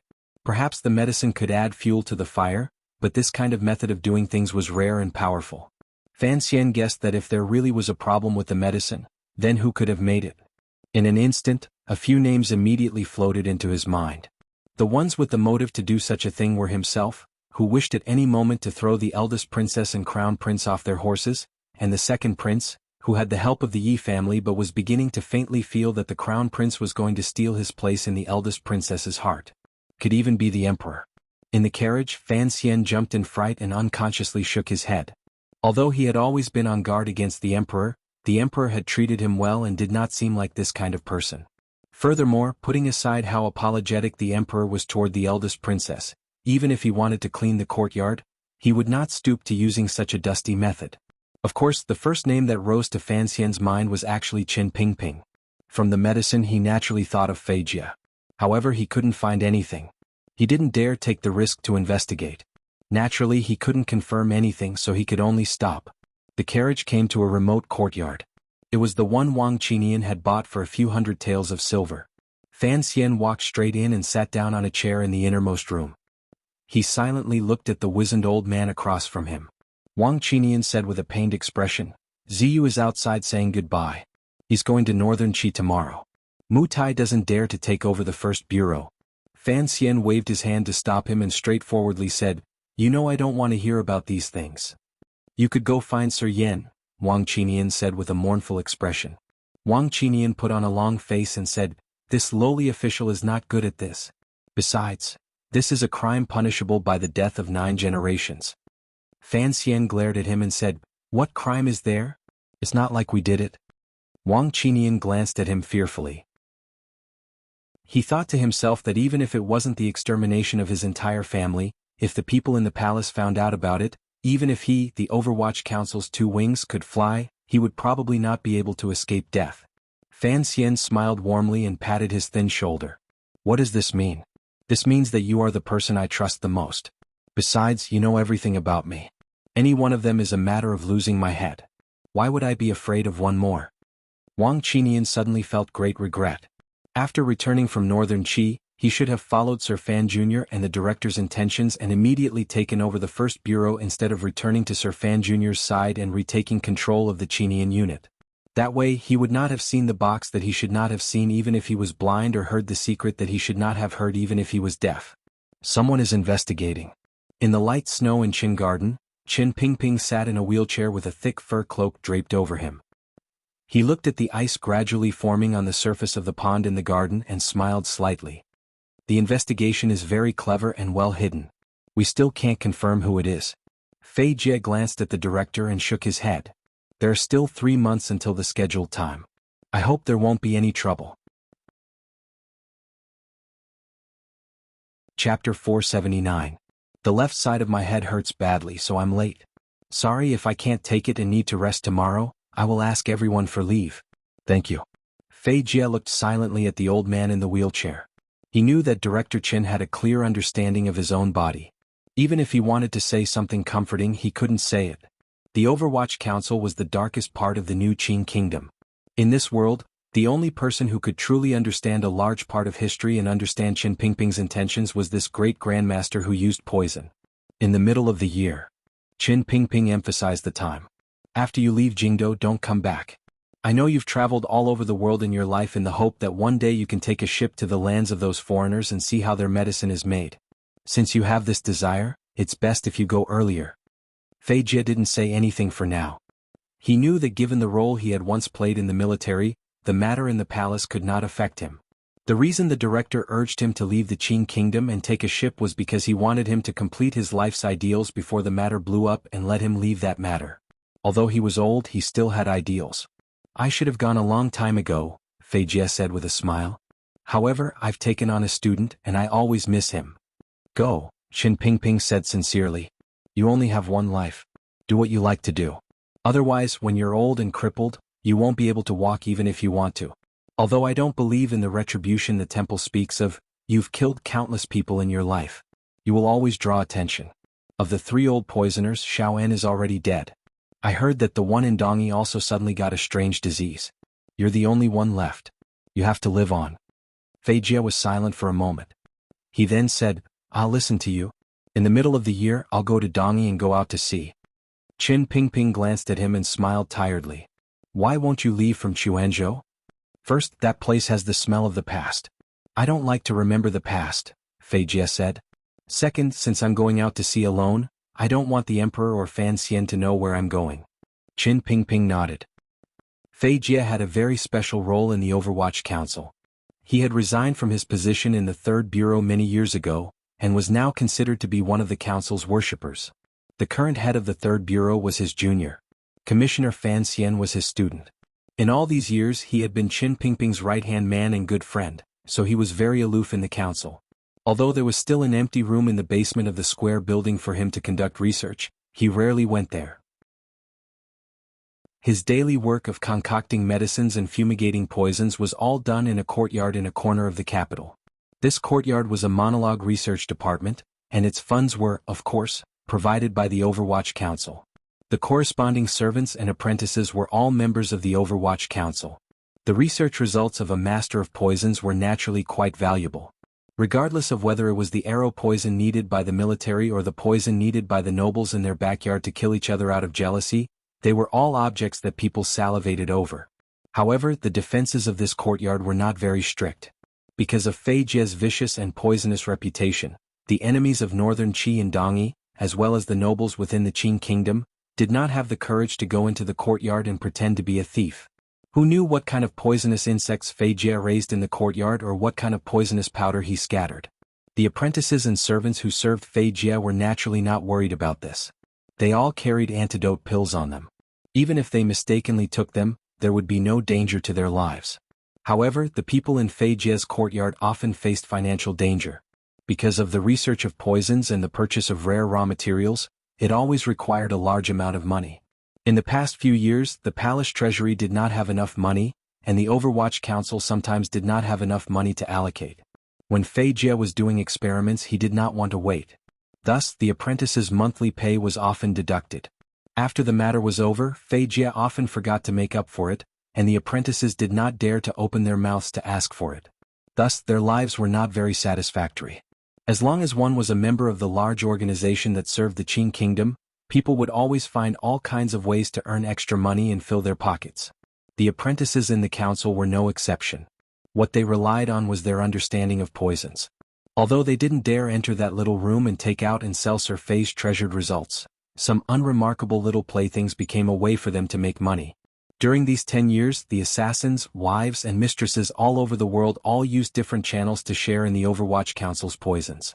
At the same time, money also flowed in. However, the danger of selling poison was too great. No one knew where the poison would be sold.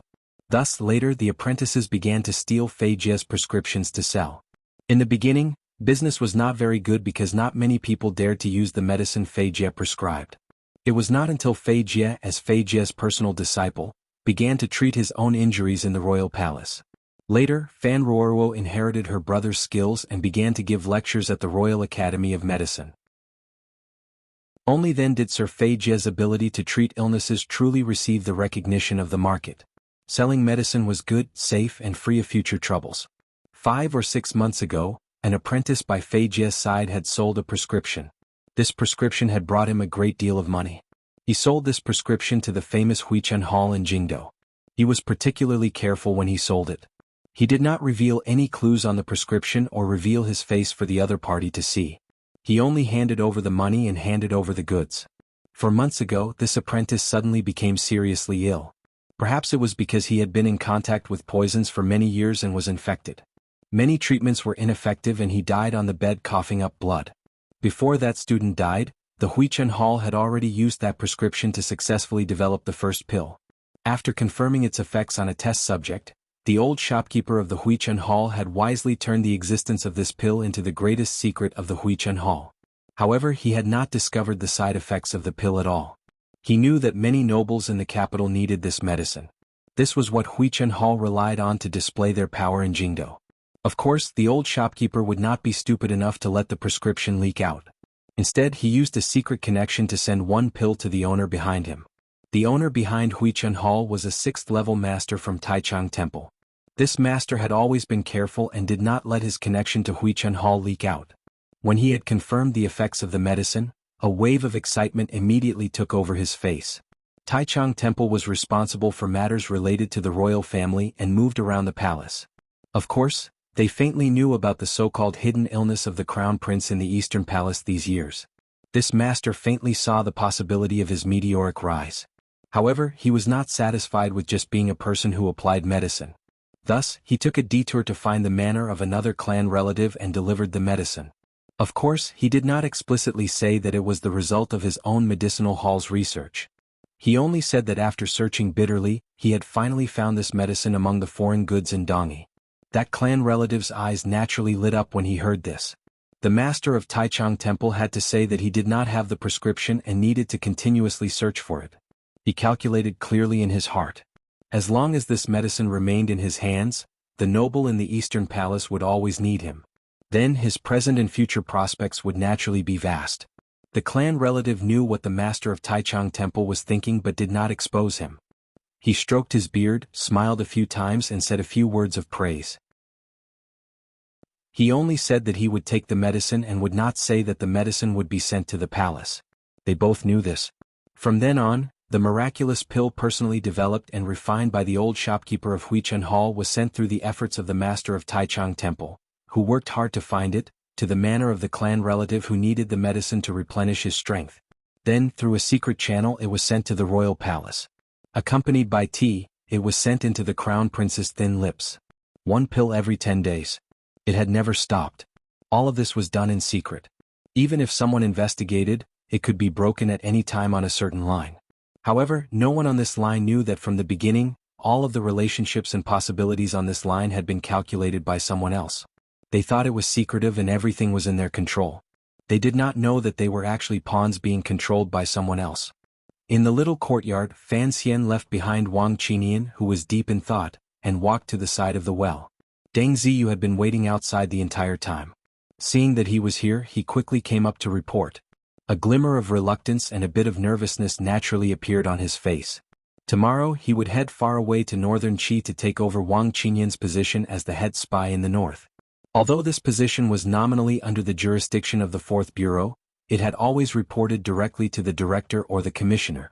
It was a very important position. After Yan Bingyun was Wang Qinian, and after Wang Qinian was him. He knew that his ability was not in this area. He was afraid that there would be a large gap between him and the other 2 officials in the north. Thus, he sincerely asked Sir Fan Jr. for advice on the matters he should pay attention to on this trip. "Everyone under heaven knows that you are my trusted aide," Fan Xian warned. "This cannot be hidden from the northern Qi people, and there is no need to hide it from them. However, you are not like Wang Qinian, who can throw off the brocade guard behind him at any time, so you have to be more careful than him." He paused and then said, "So, you have to get used to playing the role of a diplomatic official. There are many kinds of spies. Sir Yan Jr. was a secret spy, and Wang Qinian was half light and half dark. You can only be an open spy. Unless there are special circumstances, do not use the network in the north. You are careful enough. There is a lot of information that actually does not need to be secretly inquired about. You only need to attend a few banquets and chat with the nobles of northern Qi, and you will be able to find out." Deng Ziyu was slightly startled. Sir Fan Jr.'s new way of speaking immediately opened another door in his mind. Spies. Could it be done without eavesdropping? Right now, the 2 countries have a honeymoon relationship. Fan Xian smiled slightly. Fan Xian smiled slightly and said, "Everything is based on this. Don't embarrass the northern Qi people too much." Deng Ziyu nodded and asked, "Then how do we sort out the network in the north? My identity is too obvious. You said it earlier, it is not easy for me to get in touch. Linwen or Linjing. Right now he should still be in Shangjing. He is an old man and will tell you what to pay attention to." Fan Xian thought for a bit and then said, "I have already told you in private about the 1st level.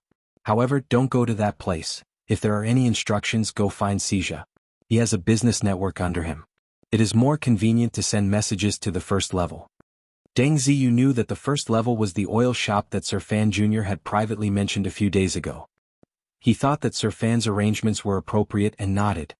"If there is a private message for me heading south, go from Xia Mingji." Fan Xian thought for a bit and then said, "Baoyue Brothel's branch in Shangjing is about to open. At that time I will have them contact you." Deng Ziyu thought that Sir Fan had already arranged everything, so he did not need to spend too much effort. Fan Xian looked at his calm face, but a faint apologetic feeling welled up in his heart. Having Deng Ziyu reveal his identity and go to northern Qi was actually to make it inconvenient for him to come into contact with northern Qi's spy network. It would give his brother a chance to extend his hand inside and, at the same time, allow Baoyue Brothel to mix in. Deng Ziyu had never doubted Sir Fan Jr.'s intentions, but Fan Xian had an absurd thought. He wanted to see if he could turn the entire Qin Kingdom's northern Qi spy network into his own eyes and ears. This network was too important for Sija's business and his own dealings with northern Qi. He gently coughed and then said, "On this trip north I will take 300 black knights to escort you through Cangzhou. Naturally there will be northern Qi people to meet you there. Other than court matters, the most important thing is that you bring me alive into Shangjing. After entering Shangjing, don't find anyone else. Go directly to the temple of Tianidao to find Haitang. Listen to her arrangements for the rest."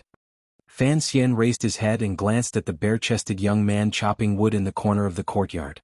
The young man's life was full of vigor, but there was still immaturity between his brows. It was impossible to tell how old he was. Deng Ziyu followed his gaze and furrowed his brows. "Haitang can arrange it, but after the northern Qi people find out, will they have any thoughts?" Fan Xian's expression was calm as he said, "The northern Qi people's thoughts have nothing to do with us. I'm just sending him over." Deng Ziyu hesitated for a moment and then said probingly, "But if you return him to see Lily, how will you control him in the future?"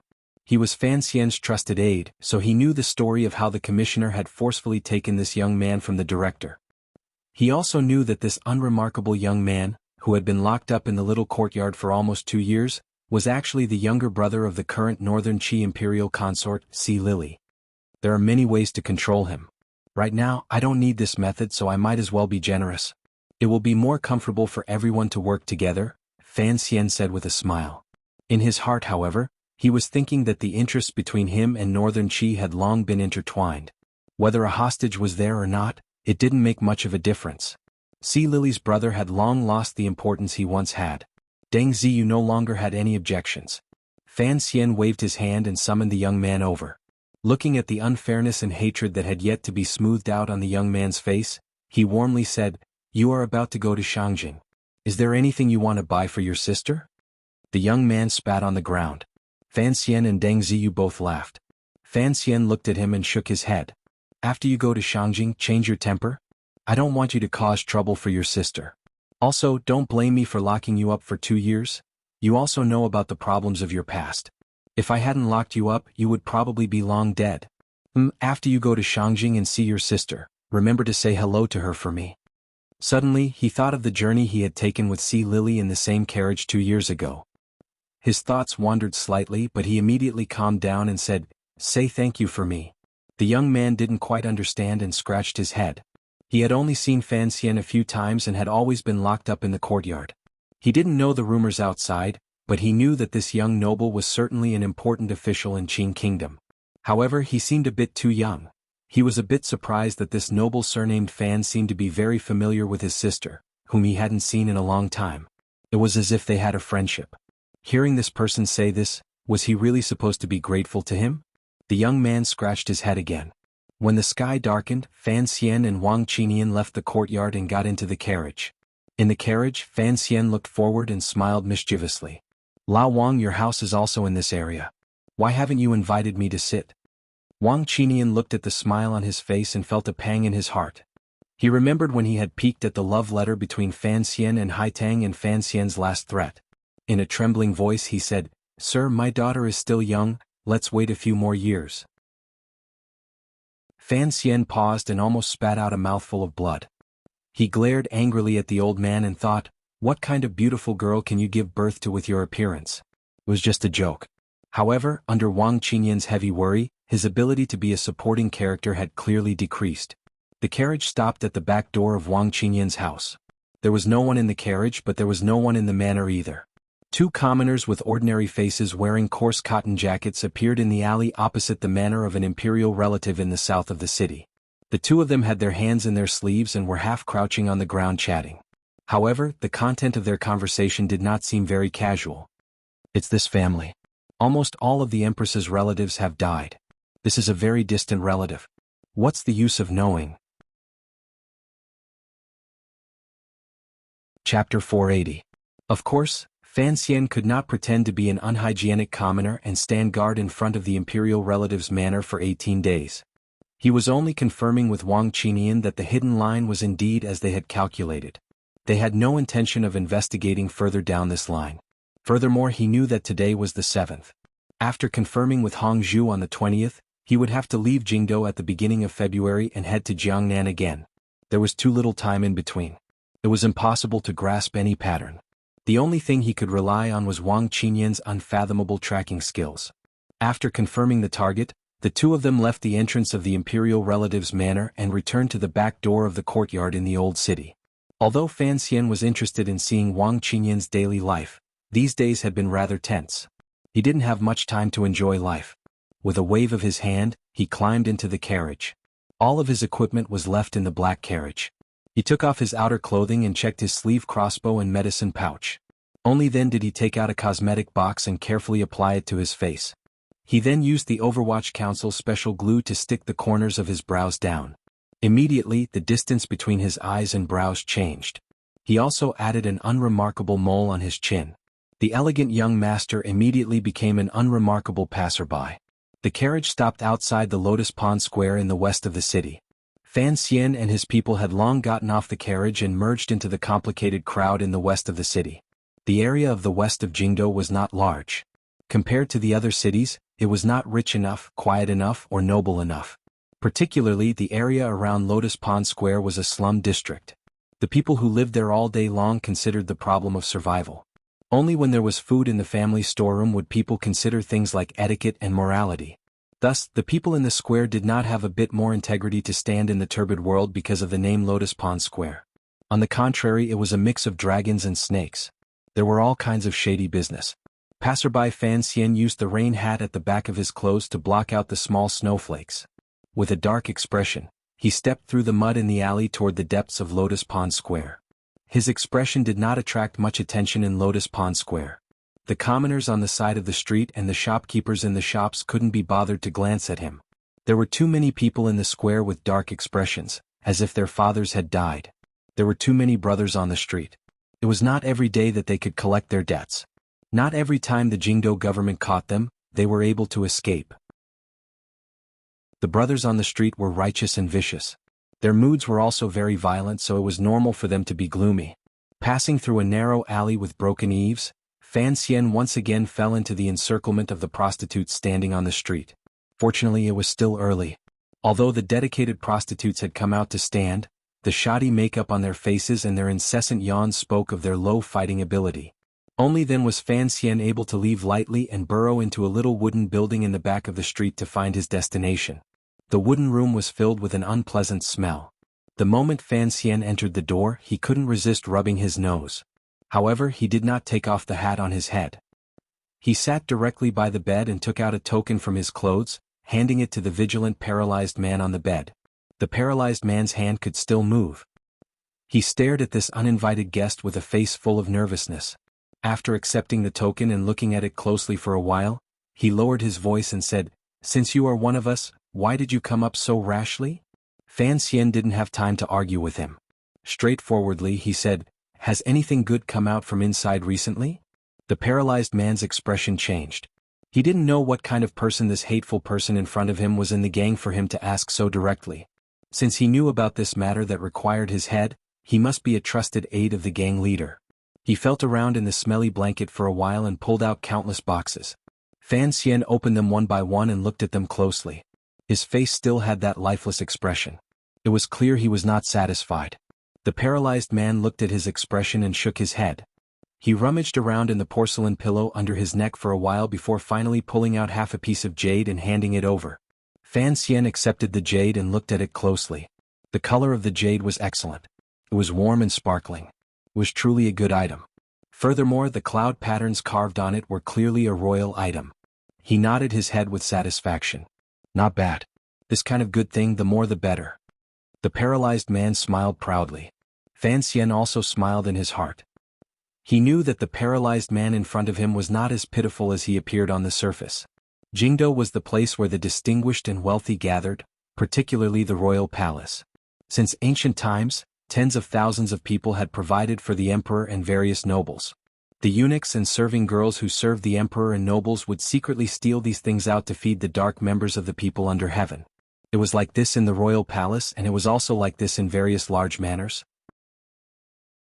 Furthermore, There was too much money and jewelry that could not see the light of day that needed to be laundered and exchanged for land deeds in various provinces and counties. Naturally, only the professionals at the bottom could do this kind of thing. The underworld was this kind of professional, so the truly powerful gangs in the world would all leave a small branch in Jingdo. These Jianghu people did not dare oppose the court, but they would not be courteous in being the court's sewers and earning bits and pieces of silver to spend. Speaking of which, it was very strange. It was because these Jianghu people were unusually peaceful that Jingdo still did not have any famous names in the underworld. The Halua gang was a very unremarkable gang responsible for taking over the stolen goods in the royal palace. When Fan Xian was in Hangzhou, he had talked a lot with Xia Qifei and had some understanding of these secret powers. Only now did he know that the Halua gang had a fixed passageway in the palace. He couldn't help feeling deep veneration for them, which was why he had come to Lotus Pond Square today. This paralyzed man was responsible for the first part of the Halua gang's sale of stolen goods in Jingdo. These people were doing things that required their entire families to be executed, so they were very careful. Each part was not connected, and the people receiving the goods often changed. This gave Fan Xian an opportunity to take advantage of. As for the token, it was something the Overwatch Council had prepared many years ago. The paralyzed man looked at his satisfied smile and proudly said, "Apparently, this was something the previous emperor had gifted to the Empress Dowager's paternal family. However, something happened later. For some reason, it has now returned to the Eastern Palace. This took a lot of effort." Fan Xian's heart jumped. He smiled and said, "Why would the nobles care about these little things? They just casually leave them in the storeroom. After a few decades they won't forget to use them." The paralyzed man sighed and said, "Yes, if this piece of jade was sold in Jiangnan and then sold in Jiangbei, it could probably buy thousands of mu."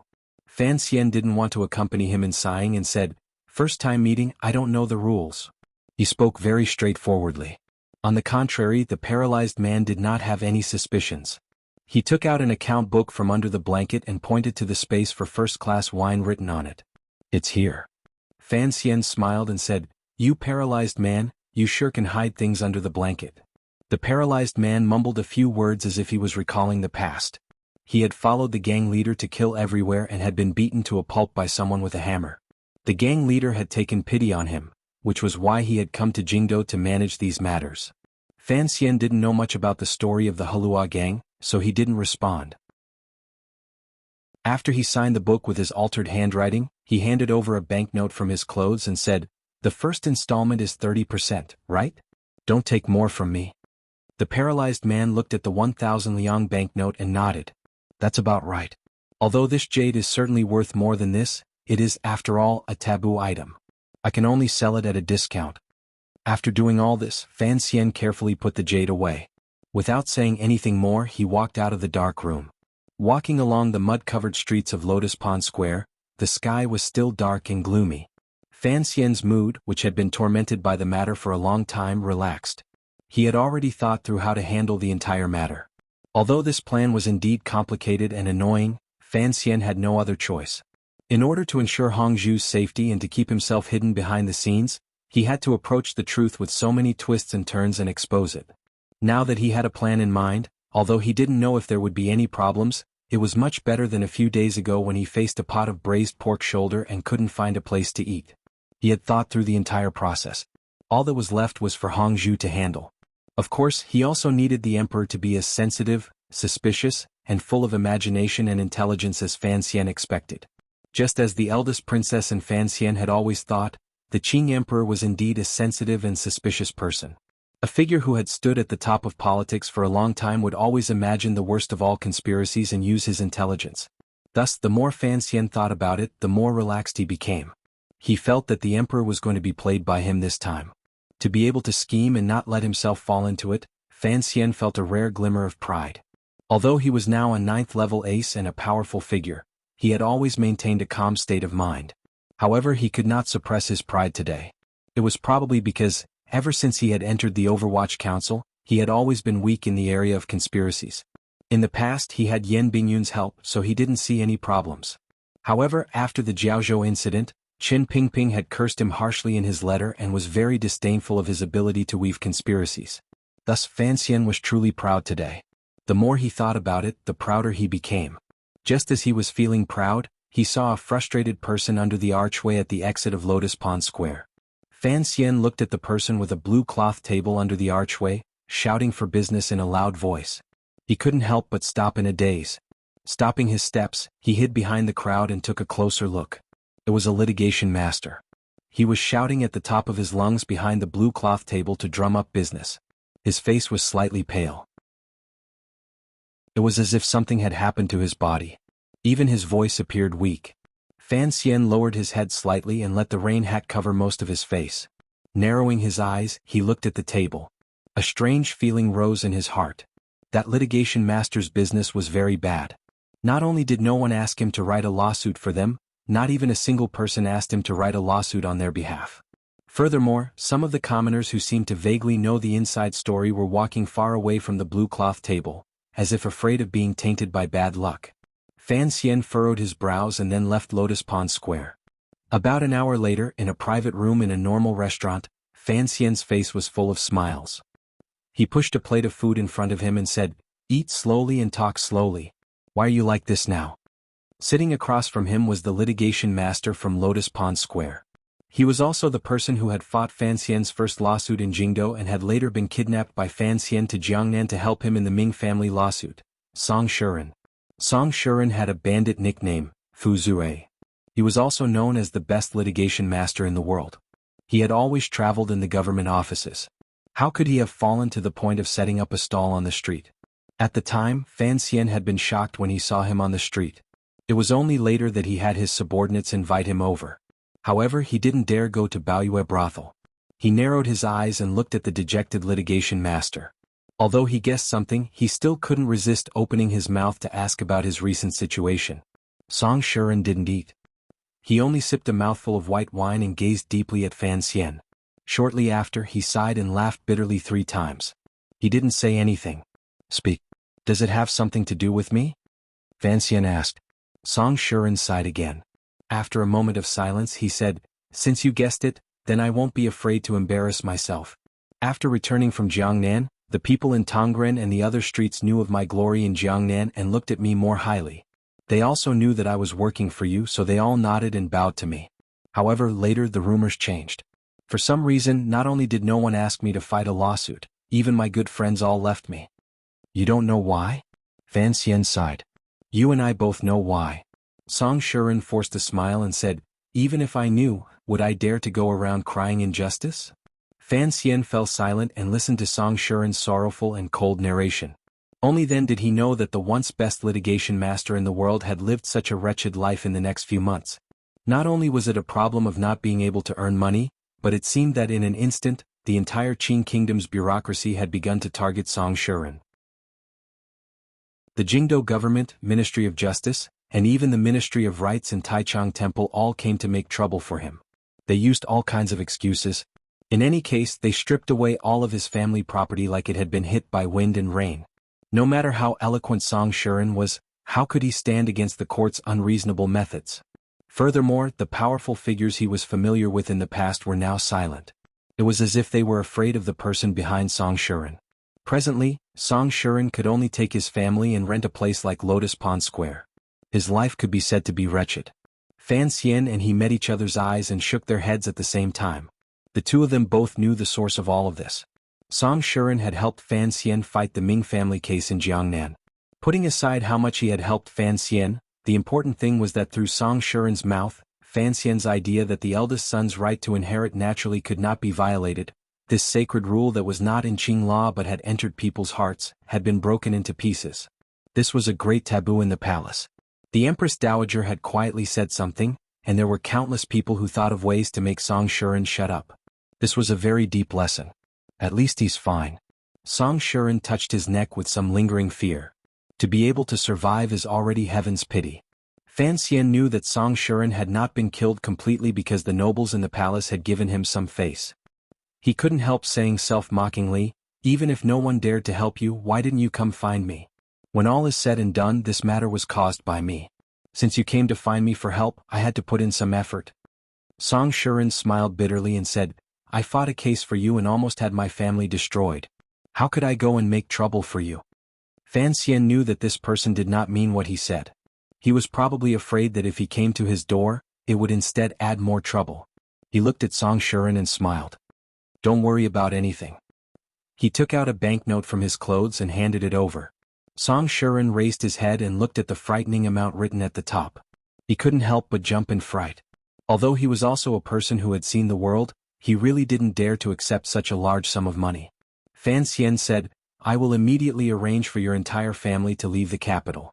You don't have to worry about safety. Take this money and use it first. Consider it my compensation to you. Song Shuren was silent for a long time and didn't reply. Fan Xian glanced at him and said, Relax, if I wanted to kill you to escape disaster, I would have done so long ago in Jiangnan. You know I have never been afraid of killing a few people. You have to understand my personality. As long as someone has helped me, I will certainly protect them and give them sufficient compensation. The resentment in the palace will fade in a few days, Fan Xian said meaningfully. At that time, as long as I protect you, who would dare to touch you? The 10th day of the first month was also known among the Qing people as the last 10. It could be considered a relatively important day in the new year. Although it was not like the tens of thousands of people going out on the 7th day, the streets were still lively. Having planned everything, Fan Xian appeared particularly relaxed. He sat in the carriage with Wan and strolled around Jingdou for half a day before, under the endless urging of his wife and Ting Zijing, he changed his route and drove directly to Prince Heching's manor, which was not far from the royal palace. The doors of Prince Heching's manor were wide open, but there were not many guests. The great prince was standing on the stone steps waiting for Fan Manor's carriage. The carriage stopped in front of the manor. The great prince looked at Fan Xian and smiled coldly. You've come so late. Don't slip away first later. The title of the book was Godly Movement Mecha. The book number was 1001948. Highly recommended because this guy's public version is free and updates 5K a day. Such sincerity and excellence truly makes me admire him. Also, my illness has not healed and is very uncomfortable. My condition is very poor, please forgive me. Recently, I haven't added much because it is not convenient. Please understand. Chapter 481.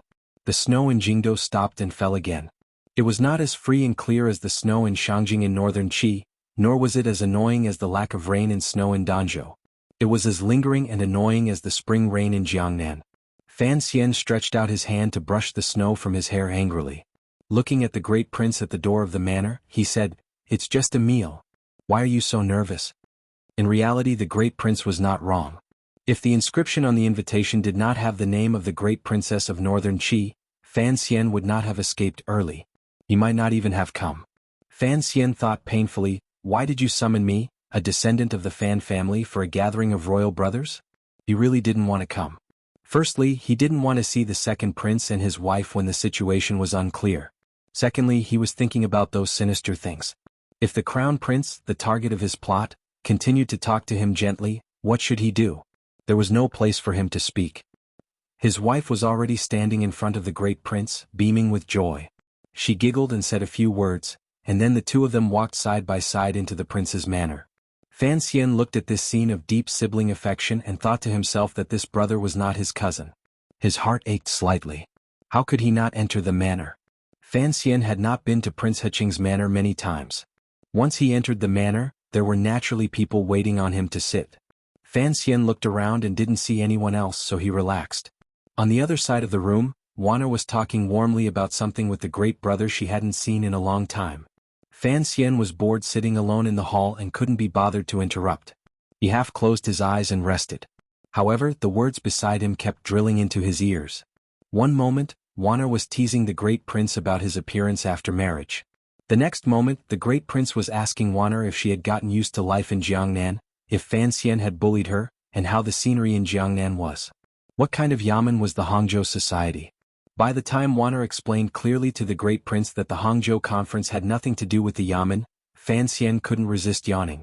He felt bored. This pair of brother and sister were important figures in the royal family. One of them was a general who had once led troops and killed people.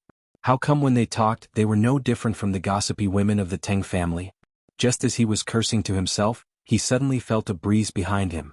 He vigilantly opened his eyes and turned around, only to see a beautiful young woman dressed in gorgeous clothing lift the curtains and enter. Fan Xian was slightly startled. He stared at the flower in the woman's hair and smiled. Greetings, Wang Fei. The person who had come was the great princess of northern Qi, the present Wang Fei. When this foreign noble had married into the Qing kingdom, Fan Xian had been the envoy. The two of them had traveled thousands of li together, so they were more familiar with each other than the others. However, ever since she and the great prince had married, it was not convenient for Fan Xian and her to maintain contact. Even the secret promises they had made to each other basically had no room to put into practice. After not seeing each other for a long time, he felt a bit unfamiliar. After the first greeting, Fan Xian didn't know what to say. Lin Wan'er saw the princess come out and quickly stood up to salute, but was forced by the princess to call her sister-in-law according to the customs of the people. Wang Fei's appearance was dignified, particularly the magnanimity at the tips of her brows and the corners of her eyes. It made one feel amiable and happy. However, at this moment, her calm gaze turned and stared at Fan Xian. Revealing a strange expression, she said, "I haven't seen you in a long time. How have you been?" Fan Xian was facing her. He had long seen the glimmer of severity and anger in the gentleness in her eyes. Additionally, she had called him Little Duke twice. He knew she was angry. However, he knew that Wang Fei's anger had nothing to do with the matters between a man and a woman. She also wasn't truly angry at him for not seeing or communicating much after sending his relatives back home. It was probably because of the Yangtsong Alley incident. He unconsciously glanced at the great prince's expression and found that he could still force himself to be calm. He could only hide his awkwardness and smile. What the great princess is saying, it is best to call me Fan Xian as usual. How about, brother-in-law? Although this joke was not funny, Fan Xian's way of addressing her was very particular. He still respectfully called her princess, using an old form of address. Firstly, it made her think of their old feelings. Secondly, he knew that Wang Fei would feel much better after hearing this form of address. Although the great princess of northern Qi was married to the great prince of the Qing kingdom and it was not a disgrace to her identity, she was, after all, marrying far away in a foreign country. Furthermore, the background of the marriage was the Qing kingdom's victory in the war between the two countries. Thus, for the northern Qi people, particularly the great princess, this marriage was not very glorious. Furthermore, the great prince was titled Prince Heqing. What did that mean? Each time he thought of the great prince's title, Fan Xian couldn't resist wanting to laugh. He thought that the emperor was indeed a dark and vengeful person. The great princess probably hated Prince Heqing's name. As expected, Wang Fei paused upon hearing the words, "great princess." She had lived in the Qing kingdom for almost 2 years, married a good man and lived a good life. However, she was, after all, in a foreign land. Although she strictly forbade the servants in the manor from using her full title, it had been a long time since anyone had called her princess. Wang Fei's gaze immediately softened. She looked at Fan Xian and smiled slightly, temporarily giving up on the idea of making trouble for him. Lin Wan'er and the great prince were both smart people. They could tell that Fan Xian and Wang Fei had carried out a certain level of testing in the previous 2 sentences. Involuntarily, they looked at each other and couldn't resist shaking their heads, thinking that these two were very tired. The 4 of them sat down and chatted for a while. Fan Xian couldn't resist turning his head to glance in the direction of the main door. Shaking his head, he said, "I said I came early today, but Wan'er insisted on rushing me. Everyone is here just waiting for you." The great prince glanced at him and said, "You, as a new duke, have a lot of face to have 2 princes waiting for you." Fan Xian was slightly surprised. "The crown prince will not come today," the great prince explained. The great prince explained and said that Qingqian had already sent a valuable gift. The second prince, the second princess, and the Hongqing siblings had already sat in the back garden. The crown prince not coming made Fan Xian feel much more at ease. He knew that this was a normal thing. The crown prince's identity was different. He was the heir to the country. Although his position seemed to have wavered these 2 years, his position was still higher than that of the other princes. When the royal family gathered, he had to be invited. However, it was not convenient for him to come. Wan'er said in surprise, "Second brother and the others are already here. Then what are we still sitting here for?" This was not a stupid question. It was to purposely lessen the negative effect the great prince's words had on the atmosphere in the hall. The great prince listened to Wan'er's words and smiled. "Let's go over now." He then glanced at Fan Xian. Fan Xian laughed bitterly and thought, "Since I'm already here, are you still afraid that I'll make a scene in the manor and beat up the second prince?" As he thought this, he rose and led Wan'er toward the back garden. The great prince and his wife shook their heads at the same time, thinking that Fan Xian truly did not have the self-awareness of being a guest. They also followed him toward the back garden. As they left the hall, Wang Fei thought of the secret dealings between Fan Xian and her own king and couldn't help but furrow her brows. To the side the great prince sighed. His heart trembled. This manor had been built by imperial edict the year before. Its main purpose was to be used for the marriage between the two countries. In order to reflect the face of the Qing kingdom, the manor had not been thrifty at all. It was especially extravagant and took up a large amount of space. The group of people walked toward the garden for a long time before they saw a flower hall in the distance facing a lake. Faint sounds of conversation could be heard coming from inside. The lake was not large. The weather was slightly better than the day before.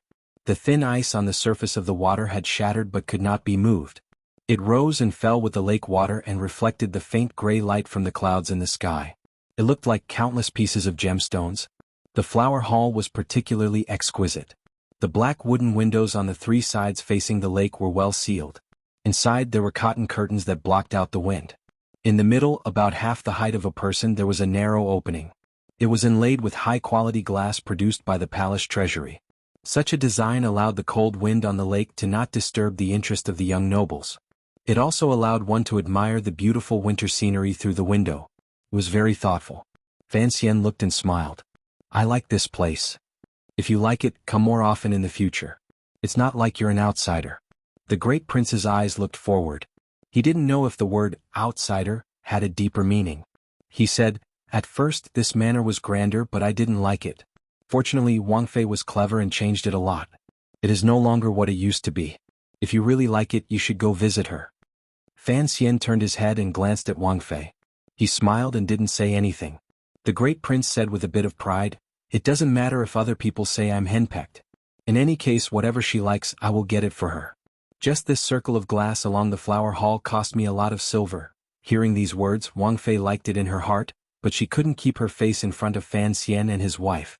She quietly glared at him. The great prince chuckled and changed the topic. Speaking of this glass, it really is expensive. Speaking of which, you are now the head of the palace treasury. In the future if you want to change glass, you have to sell it to me at a lower price. Fan Xian begged for mercy. I say, Your Highness, please spare me. As a great general, do you still care about this little bit of glass? Don't say it's cheap. In the future if you want anything from the palace treasury, write me a letter and I'll buy it for you. The great prince was not happy. He shook his head and said, the palace treasury is important. The silver you earn for the court has to be spent on the river works and border problems. You can't take advantage of it here. Fan Xian knew the great prince was such a loyal person. He was not surprised. He smiled and said, however, you're using glass to please the great princess. I'm afraid you'll have to spend a lot of money in the future. The great prince asked strangely, what do you mean? Is there a lack of glass in my courtyard? Wang Fei covered her mouth and smiled to the side without saying anything. Fan Xian laughed mockingly and said, the great princess grew up in the northern Qi royal palace. You haven't been to the royal palace. The roof of the great hall is completely made of glass. Sunlight can seep in and reflect on the green jade platform and the clear water and white fish beside it. The great prince was shocked and sighed. In the past I had only heard of it. I thought it couldn't be so exaggerated. Wang Fei has also never talked to me about it. Is it actually true? He clicked his tongue and sighed. Other thoughts rose in his heart. He thought to himself that the northern Qi royal palace was so luxurious. No wonder the strength of the country was weakening by the day and couldn't withstand a single blow. However, these words couldn't be said generously in front of his wife, so he could only swallow them down. Fan Xian had said those words earlier. He had also sunk into the memories of his trip to northern Qi. He was very willing to admire spectacular or extremely beautiful things, so his impression of Shangjing had always been good. Of course, the girls in the city were also not bad. Involuntarily, a strange smile rose to the corners of his lips. Wang Fei also began to miss the scenery of her home country. Lin Wana looked at the smile at the corner of Fan Xian's lips and couldn't resist pressing her lips together and huffing. Just like this, each with their own thoughts, they entered the flower hall. In the hall, 2 men and 1 woman had already come to greet them. It was the second prince and Hongqing. Princess Rojia affectionately called one her sister, one affectionately called second brother, and Hongqing affectionately called Ji. They chatted leisurely as they looked at the lake view and the tributes sent from the south. It was as if nothing had happened these past few years in Jingdo. It was as if Fan Xian and the second prince were truly 2 brothers who could not be more intimate. Was this a natural ability of the royal family? As Fan Xian sighed in his heart, he listened to everyone's conversation. He knew the true meaning of the great prince's banquet.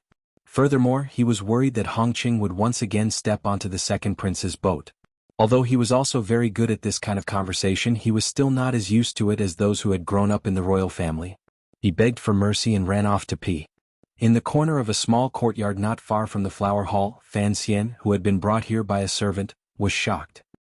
He looked at the girl who came out from inside, the girl whose eyes were as bright as jade, without a trace of impurity. Fan Xian waved his hand to have the servant leave. Looking at Yi Linger, whose face was full of shock and whose hand was still at the waist of her dress, he said with both amusement and anger, "Girl, you should pay attention to your appearance. Don't you know to tidy up in the inner room before coming out? How can you let the servants see you?" Yi Linger covered her mouth and smiled. "I look like this, teacher?" Once the words left her mouth, the two of them froze at the same time and sank into silence. Only now did they remember that after not seeing each other for a year, Yi Linger had long married and become a Wangfei. She was no longer the unruly little girl who pestered Fan Xian to fight. Could Fan Xian still be her teacher?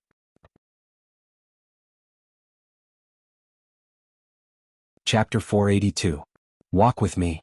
Fan Xian extended his right arm and made an inviting gesture. Yi Linger stared at his face in a daze.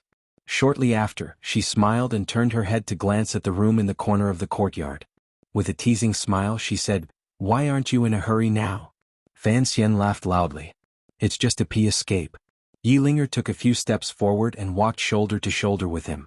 Tilting her head, she looked at him with her bright eyes and asked curiously, "Teacher, does the conversation in the flower hall make you so uncomfortable?"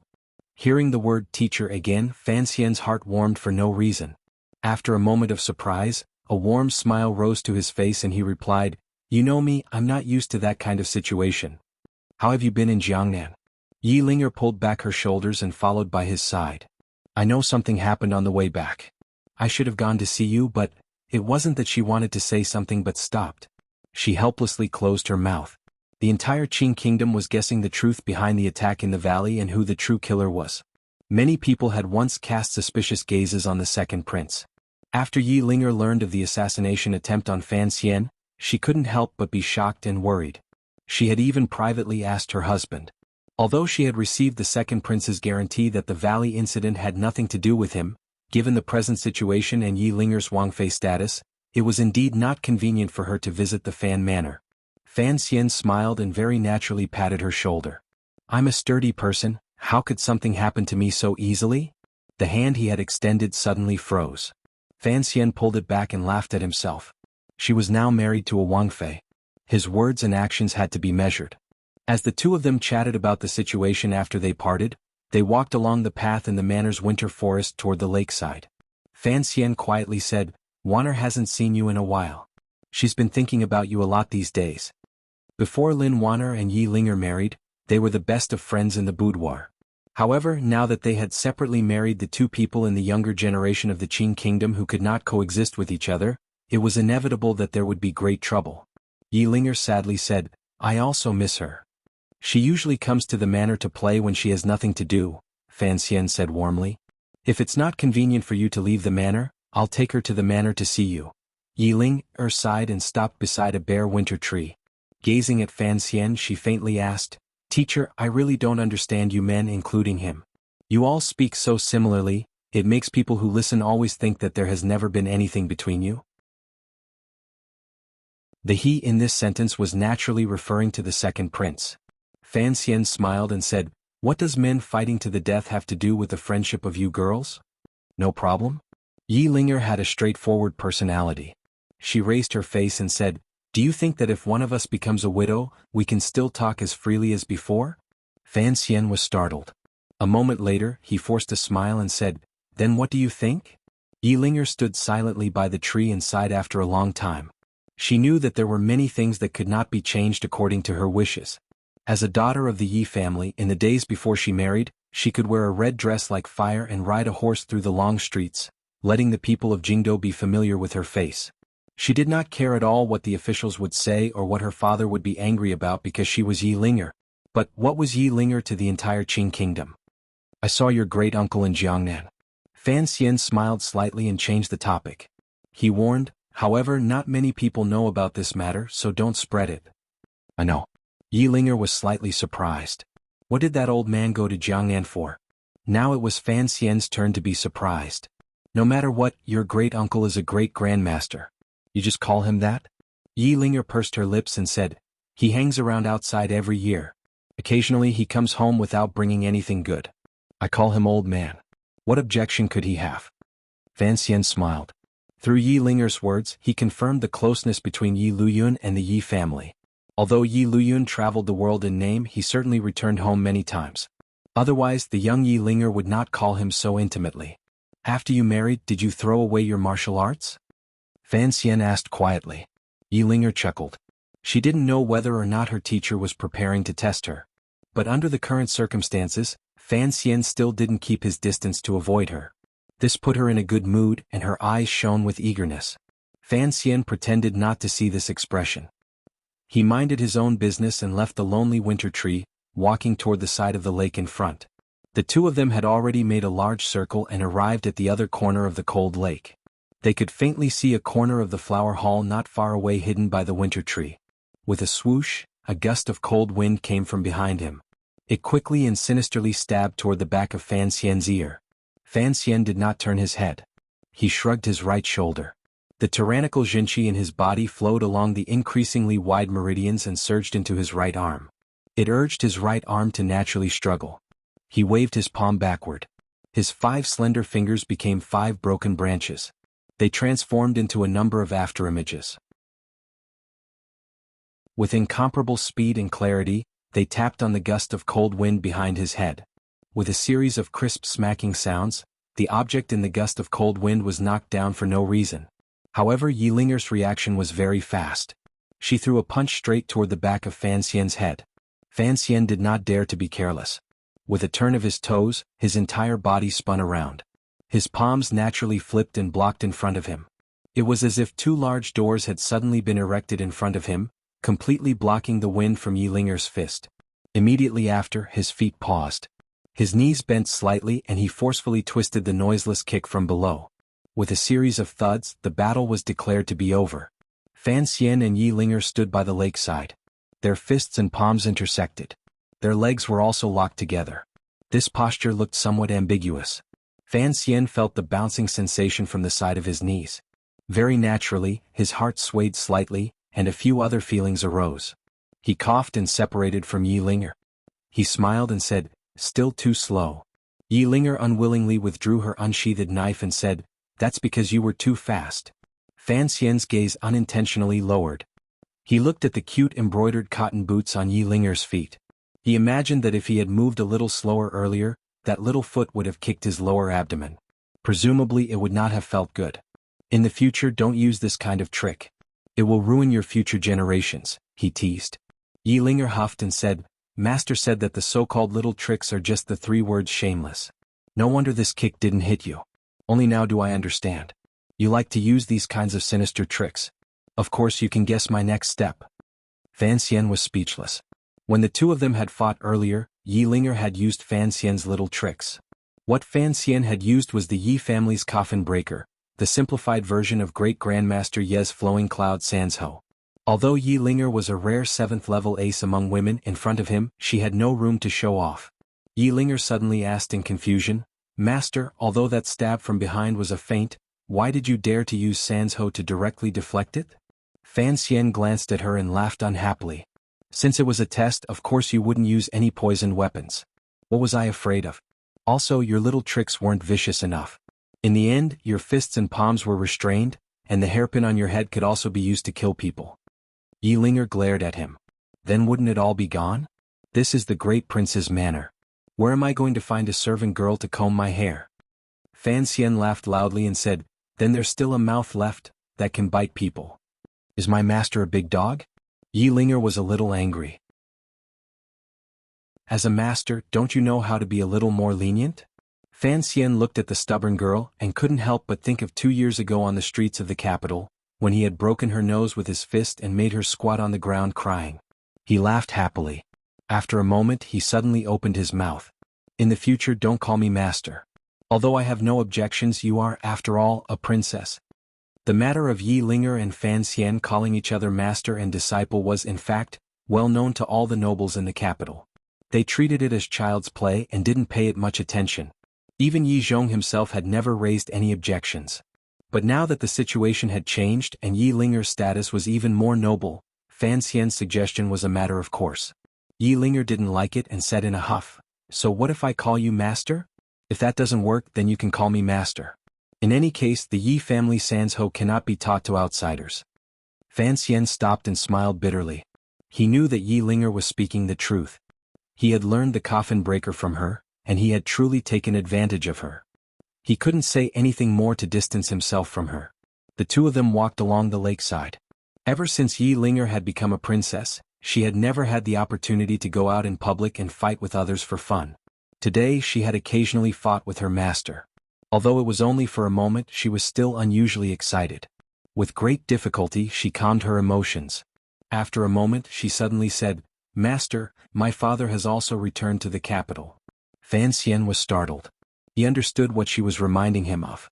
"The people in the old military all hate you now." Yi Linger looked at him with a not quite there smile. Fan Xian shook his head and smiled bitterly. No matter how valiant his power was, as long as the military still stood against him and the Yi and Qin families were still alive, he would not be able to deal a fundamental blow to the second prince. He would also not be able to completely eliminate the second prince's strong desire to take the throne. Yi Zhong had only returned to the capital to report on his duties, but he, as well as Yi Luyun behind him, had already become the second prince's pillars because of his relationship with Yi Linger. It's not easy to stop for a few days. I don't want to hear any more bad news from your mouth. Yi Linger was silent for a moment and then said seriously, "Master, no matter what, I am still a lady of the Yi family. I will stand on my father's and his side."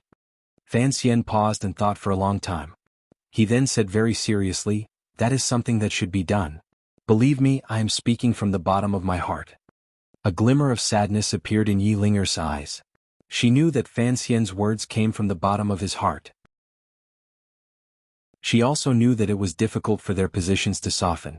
"You see, the ice on the surface of the lake will eventually melt." Fan Xian suddenly smiled and said, "Who says the matters of this world are so certain?" Yi Linger's face broke into a smile. Her eyes emitted a clear and joyful light like jade. She nodded her head heavily. Not far across the lake was the flower hall with its windows open. It could be seen that a few people were chatting inside. Fan Xian pointed in that direction and teased Yi Linger beside him. "We are strolling on this side of the lake. It is really not proper. If the people in the pavilion saw us, who knows what they would say." Although the customs of the Qin kingdom were open, it was not appropriate for men and women to be alone. Yi Linger looked slightly embarrassed. Fan Xian continued to tease her. "Do you think the second prince is already exploding with anger? And he still has to maintain that shy and calm smile on his face? Don't forget, you also smile like a ghost every day." Yi Linger was angry. "Also, think about what Wanner is thinking. Wanner is a good person." Fan Xian sighed. "She always urges me to find a few sisters to accompany her." After these words came out, Fan Xian cursed in his heart. This teasing had already exceeded the limits between teacher and disciple. Other than the ambiguity, there was also a bit of impetuousness.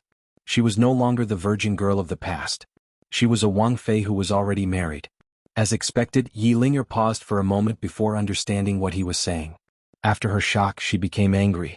She clenched her fist and hammered it toward his head. Fan Xian knew that his habitual hooligan habits had flared up. He felt very ashamed. He did not dare to fight back. Turning into a stray dog, he ran along the side of the lake in a panic, wanting to hide in the flower hall. In the flower hall, the narrow window that was half the height of a person was open. The cold wind from the lake blew in, but it was turned into a fresh and pleasant spring air by the warm cage. The men and women of the royal family in the hall were chatting about interesting things from their childhood. Later, someone rushed to notice the man and woman on the other side of the lake. The great Wang Fei smiled slightly and said, "Look, what are they doing?"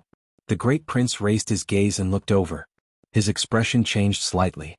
Shortly after, he smiled and explained, "That kid has always considered himself to be Linger's teacher. I'm afraid he's teaching someone a lesson again." The great Wang Fei smiled and glanced at the second prince's expression out of the corner of her eye. Li Hongqing was holding a cup of wine. Drunkenly, he moved closer to the window and saw the scene of Fan Xian and Yi Linger standing and talking by the lake. He couldn't help but smile and say, These two are both barbarians. Don't look at how nice they are talking at this time. Who knows, they might start fighting in a moment. Rojia also moved closer to look with interest. She said enviously, I also want to learn martial arts from Brother Xian, but he won't let me. How unfair. Everyone in the flower hall was looking at the young man and woman on the other side of the lake. Only the second prince and Lin Wanner were together eating desserts and talking quietly. It seemed that they did not care at all what was happening over there. The great Wang Fei turned her head to look at this scene. She couldn't help but have a strange feeling in her heart. Did these two not have any thoughts? The great prince looked at the other side of the lake and shook his head. In a low voice he said, the girl of the Yi family is married, but she still likes to cause trouble everywhere. Second prince, you have to control her in the manner. This Fan Xian is also too much. He didn't like it, but he didn't want to say much. The second prince was squatting on a chair and slowly chewing on an osmanthus cake. He said indistinctly, what is there to control? After being cooped up in the manor for a year, this girl has gone crazy from wanting to beat people up. Fan Xian is just right here to be a sandbag, so I won't be taken advantage of in the manor. Beside him, Lin Wanner nodded and said, two adults, yet they are born with childish tempers. When do they not end up fighting each other when they meet? Don't worry about them. Let them fight. In a moment they will fight back.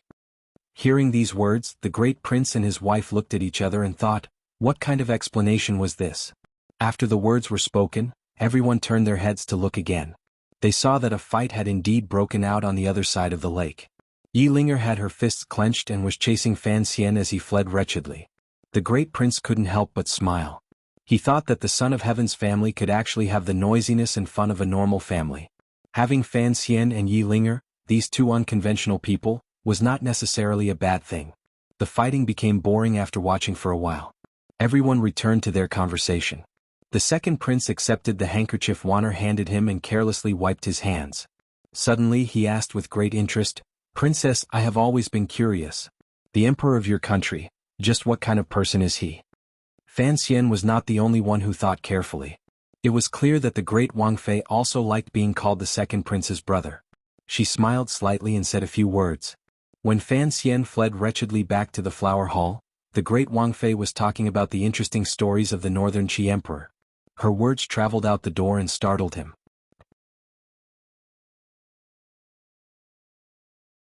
Chapter 483. Recommending a new book, Blessings in a Foreign Land. The purpose of this book is to let the other world taste Chinese delicacies. To lead the other world toward civilization.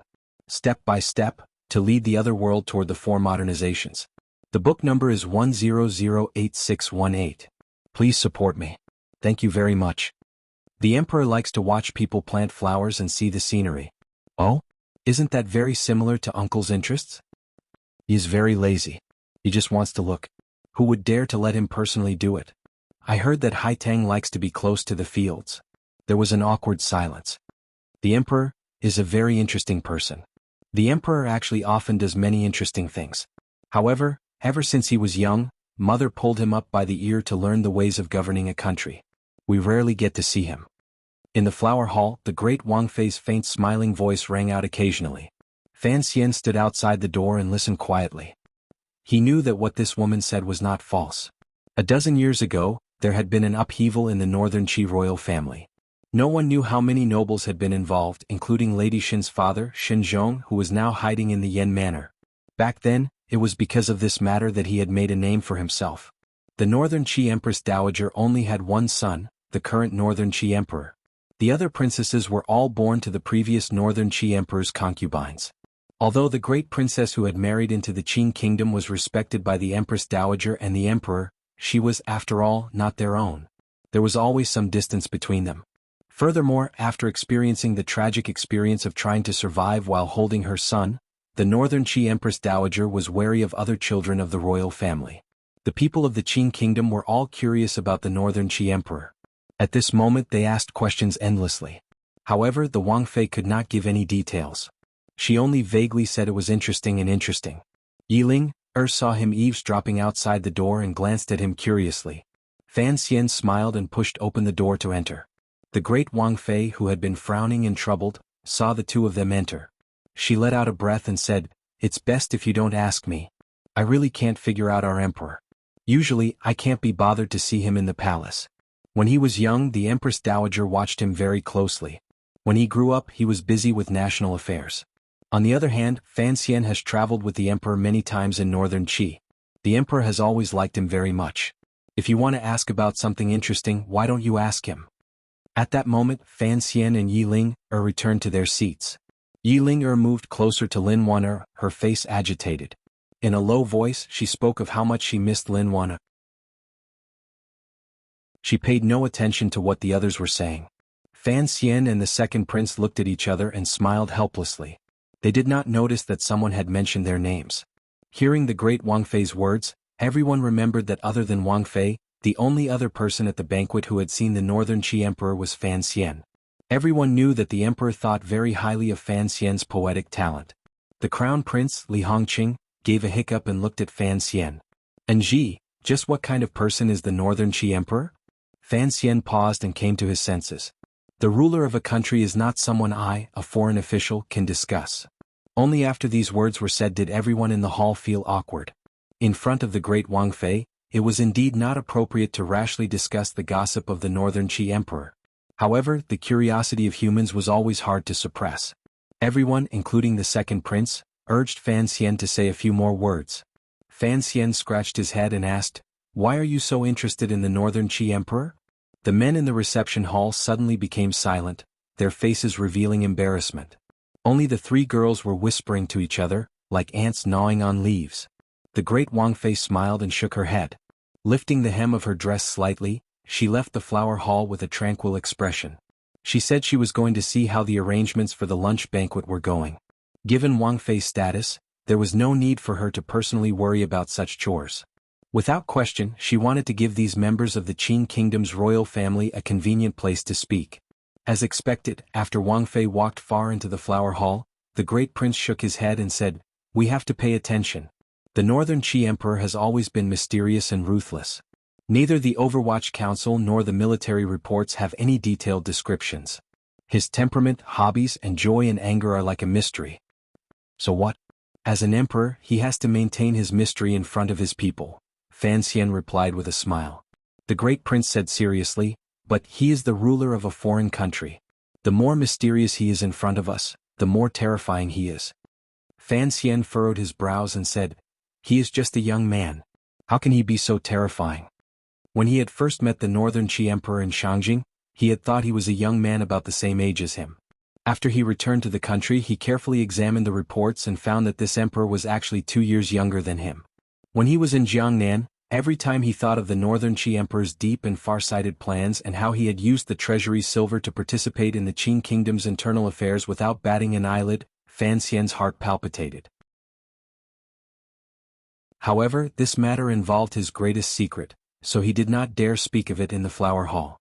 The second prince put down the fruit in his hand and sighed. Terrifying has nothing to do with age. He glanced at Fan Xian, meaning to say that when he first entered Jingdo, he was only a 16 or 17 youth, yet he was terrifying. Shortly after, he smiled slightly and said, "You should know about the matter of Shen Zhong of the Northern Qi Brocade Guard." In the end, Wei Hua became the commander. Shen Zhong died a wretched death, but the little emperor waved his hand and turned the entire matter around.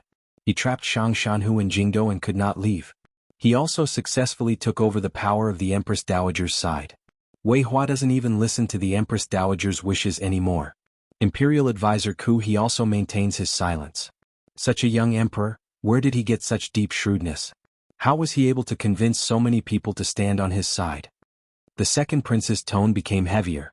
If the battle between the emperor and empress of Northern Qi develops into a fierce situation, then it will be a blessing for the Qin kingdom. We had originally thought that when the emperor took over the government, he would not be able to compare to the Northern Qi Empress Dowager who had been in power for a long time. In the end, given the young people's violent temperament, I'm afraid that the Northern Qi court would fall into chaos. Who would have thought that this little emperor would quietly take back power in his hands? This kind of method is truly terrifying. Fan Xian fell silent. He was very clear about the inside story of Shinzhong's death. He had even suggested this matter to the Northern Qi Emperor through Haitang's mouth. The atmosphere in the flower hall was slightly tense. The three girls knew that the men were talking about national affairs, so they tactfully kept their mouths shut. The crown prince, Li Hongqing, no longer had any excess drunkenness in his eyes. He furrowed his brows and said, "The Northern Qi Emperor is the ruler of a country. He does not like women, nor does he have any bad habits. He is clear-headed and self-controlled. This kind of person is the most terrifying. In the future, if the Qin kingdom wants to send an army north, the first thing to consider is not the strength of Northern Qi, but the nature of the ruler of Northern Qi. If the Northern Qi Emperor does not fall into chaos, there is nothing we can do on our side." After these words were said, the great prince and the second prince both nodded. Fan Xian's heart jumped slightly. Looking at this scene, he felt astonished. He was shocked by the serious expressions of the three royal disciples. For a moment he couldn't speak. Only now did he understand that for him, Northern Qi was only a partner. For the nobility of the younger generation of the Qin kingdom, Northern Qi was destined to be flattened and swallowed up by the Qin court. The Qin kingdom loved martial arts. The people of the previous generation had already conquered a large piece of land. What was left to the people of the new generation was the large but not rigid Northern Qi. This was a fanaticism that was deeply rooted in the blood. Regardless of whether it was the great prince or Li Hongqing, neither could shake off this fanaticism. Even a gentle and solemn character like the second prince could not forget attacking Northern Qi. The Qin kingdom was powerful and had maintained the momentum of attack for 30 years. For the people of the Qin kingdom, this was no longer a problem to consider. The only thing they needed to consider was when to attack Northern Qi. So, what kind of person the Northern Qi Emperor was a very important matter for the three royal disciples in the hall. Looking at the second prince's thoughtful expression, it was clear that to be able to unify the world was the ultimate goal of the Qin kingdom. It could even temporarily suppress his anxiety about the dragon chair. Everyone says that the Northern Qi Emperor does not like women, but last time he specifically wanted to swap Sea Lily back to Northern Qi. And Ji, you were the envoy last time. Did you discover any details in Shangjing? The great prince asked seriously. Fan Xian slowly said after a moment, "It is true that he does not like women. In the vast royal palace, there are only a few secondary concubines.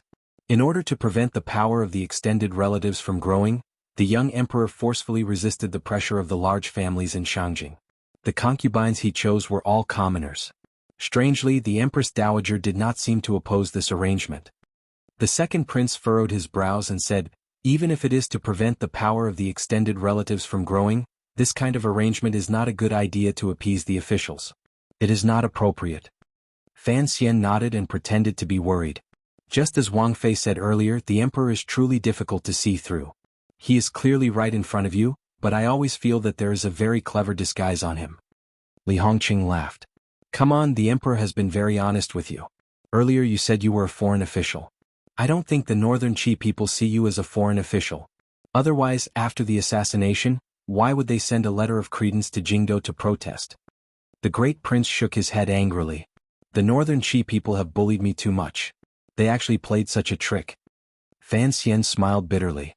"Your Highness, this matter has nothing to do with me." Speaking of the assassination, the second prince was not at all embarrassed. With a selfless and open-minded appearance, he teased Fan Xian. "Of course this matter has nothing to do with you. Putting aside the fact that you are a Qing person, Northern Qi only wants to provoke you. Even if the little emperor likes you and pulls you to Northern Qi, would he marry his sister to you?" At this moment Yi Ling interrupted, "I think that might be the case. Fan Xian was born with a good appearance, and the Northern Qi Emperor is a fanatic of him." With these words, the serious discussion became a joke. Fan Xian's lips curled into a smile and he calmly watched the conversation between the men and women. They talked about interesting things in the palace. Fan Xian didn't know much about them. Gradually, he had the illusion of being excluded from the atmosphere. Speaking of which, before he entered Jingdo, the men and women in the flower hall had watched each other grow up. The relationship between the younger generation of the Qing royal family had always been good. He had always been an outsider. However, Fan Xian did not immerse himself too much in these emotions. Because of the discussion earlier about the Northern Qi Emperor, he sank deep into thought. He faintly felt that he was about to catch on to something mysterious. In his mind, he went through the circumstances of his meeting with the Northern Qi Emperor in Shangjing in detail. He then carefully reviewed the year and a half, the tacit cooperation between him and the Northern Qi Emperor. Complemented by the Northern Qi Emperor's aesthetic tastes and the little details of his life, a light gradually almost rushed out of his mind. However, it couldn't rush out. Fan Xian was still in a daze amidst the faint fragrance. The people beside him had all quieted down and looked at him, but he still hadn't noticed. Fan Xian abruptly realized he had lost composure. He smiled awkwardly and unconsciously said, "Smells so good. Smells so good." A faint fragrance filled the flower hall. Fan Xian was slightly dazed, and it was as if there was some kind of magic at the tip of his nose that made him dazed again. This fragrance was actually very light and elegant, but for him, it was very rich and it was so shocking. Turning his head, he saw that the great Wang Fei had long returned. She had already changed clothes. Fan Xian forced a smile and asked, "Where did the fragrance come from?" The great Wang Fei was slightly surprised. Shortly after, she smiled. "I didn't think that not only are you exceptionally intelligent, but your mind and nose are also so exquisite. I've worn this fragrance bag for a year, and the prince has never smelled it. Today I've just put it on and you smelled it." Everyone looked at Fan Xian curiously. Yiling sniffed but didn't smell any special fragrance. It was just that the incense burning in the flower hall was swept by the cold wind on the lake. It was very faint. "Isn't it incense?" Yiling asked curiously. Wang Fei smiled and said, "Of course it isn't incense." She took out a small and exquisite fragrance bag from her waist and said, "I brought it from Shangjing." Fan Xian had a strong urge to hold the fragrance bag in his hand and sniff it carefully. However, the fragrance bag was something a woman wore close to her body. It had a deep meaning. No matter what, he could not make such a request. Hearing Wang Fei's words, his expression had already calmed. He smiled and said, "They've never been to northern Qi, so they can't smell this faint fragrance. I've been there. No wonder I can smell it." Wang Fei smiled and shook her head. "I bet you've also never smelled it. You've been to the royal palace in Shangjing. Have you been to the back of the mountain?" Fan Xian nodded. Wang Fei said, "What's in this fragrance bag is a golden osmanthus flower. The golden osmanthus flower is on the mountain. There should only be one in the entire world.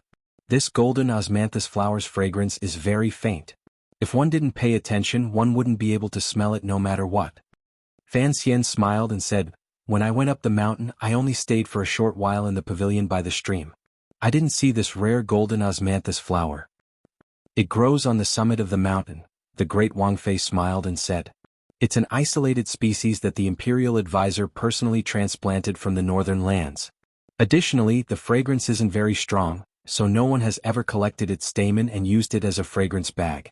Thus, I dare to say that even if Sir Fan Jr. had stayed in the palace, you still wouldn't have smelled it." Fan Xian asked in surprise, "Then Wang Fei, your fragrance bag?" Everyone was a bit confused. Why was Fan Xian constantly thinking about this fragrance bag and constantly asking about it? Fan Xian was also afraid of giving himself away, so he smiled and explained, "I like this fragrance. I want to give one to Wan Er." Lin Wan Er smiled slightly. She knew that her husband was certainly not thinking like this. However, the bystanders did not understand. The great imperial prince said disapprovingly, "How can a man put his mind on these women's matters?" The great Wang Fei glared at him and said, "To be able to mount a horse and embroider flowers, that is a true man." The great prince immediately closed his mouth. The great Wang Fei turned toward Fan Xian and smiled. "I'm afraid it won't be easy for you to give one to Princess Qin. No, it may not be easy for other people, but you have the chance. Write a letter to the emperor and ask for it." This emperor was the emperor of northern Qi. Fan Xian smiled warmly and said, "Was the one on princess's body also bestowed by the emperor of your country?" "Yes." A trace of homesickness appeared in Wang Fei's eyes. She lightly said, "In the past in Shangjing, only the emperor wore a fragrance bag with golden osmanthus flowers. He said he liked this kind of light and refreshing smell. The night before I left the capital, the emperor bestowed the fragrance bag he always carried on his body to me so that I could remember the taste of my homeland in the south." The atmosphere in the flower hall became slightly sentimental because of Wang Fei's light words. Fan Xian's gaze flashed across the fragrance bag. He smiled and didn't say anything more. After eating and chatting in the great prince's manner, it was already dusk. During this time, under the great prince's arrangements, Fan Xian and the second prince had another deep conversation in the study. However, the two of them in Baoyue brothel had already talked deeply enough. Presently, the second prince had the Yi family and a great grandmaster behind him, so he would not retreat even half a step. Although Fan Xian knew that his situation was as the second prince had said, that he appeared to have as much power as a mountain, in reality, he was as precarious as a pile of eggs. However, he was in the world and had no choice. Even if he wanted to withdraw and retreat, it was impossible. At least, the Qing emperor would not allow it. The second prince gave him one last deep glance and slowly said, "Enji, there is something I must remind you of. Without question, you are the biggest troublemaker in Qing Kingdom these 2 years. You know what happened back then. Why did father allow you to live and grow up in Danzhou and not simply clean up all the trouble?" Fan Xian lowered his head slightly and thought that the second prince was indeed a powerful figure who was very good at persuading people. If one did not consider Uncle Wu Zhu's threat to the emperor, the Qing emperor's secret protection of his growth could only mean one thing. Although the emperor was heartless, he would always have some pity for his children. "Father would not allow us brothers to do anything too intense," the second prince looked at him and said quietly. The second prince looked at him and quietly said, "But for you, if the situation cannot be intensified, you can only sit and watch the water flow east. The situation is worsening day by day. This is where your problem lies." Fan Xian smiled slightly and thought that the situation was about to intensify. If he wanted to protect everything he had, it would require other people to bear an unbearable price. Regardless of life and death, Fan Xian looked at the second prince and said seriously, regardless of life and death had 2 layers of meaning. One was that life and death had to be distinguished. The other was that it was only about fighting and did not involve each other's lives. The second prince raised his hand and gave Fan Xian a light clap. In the afternoon, the Overwatch Council suddenly sent news saying that there were strange movements in Shi Lake. The military intelligence had already been sent to the Bureau of Military Affairs. The palace summoned Fan Xian for an audience. As the commander of the imperial army, the great prince had no choice but to leave. The second prince and Li Hongqing could still stay in the manor. Fan Xian had his wife and Yi Ling talk a bit longer. He left the manor alone and sat in his own carriage. Without waiting for the great prince, he ordered the carriage to slowly move along the snow-covered streets of Jingdo. The matter in Shi Lake was not urgent. It would take at least a month for news to travel between the 2 places. There was no need to rush into the palace at this time. Fan Xian needed time to digest what he had encountered today. The black carriage circled a few times on the streets of Jingdo and drove onto a relatively quiet street.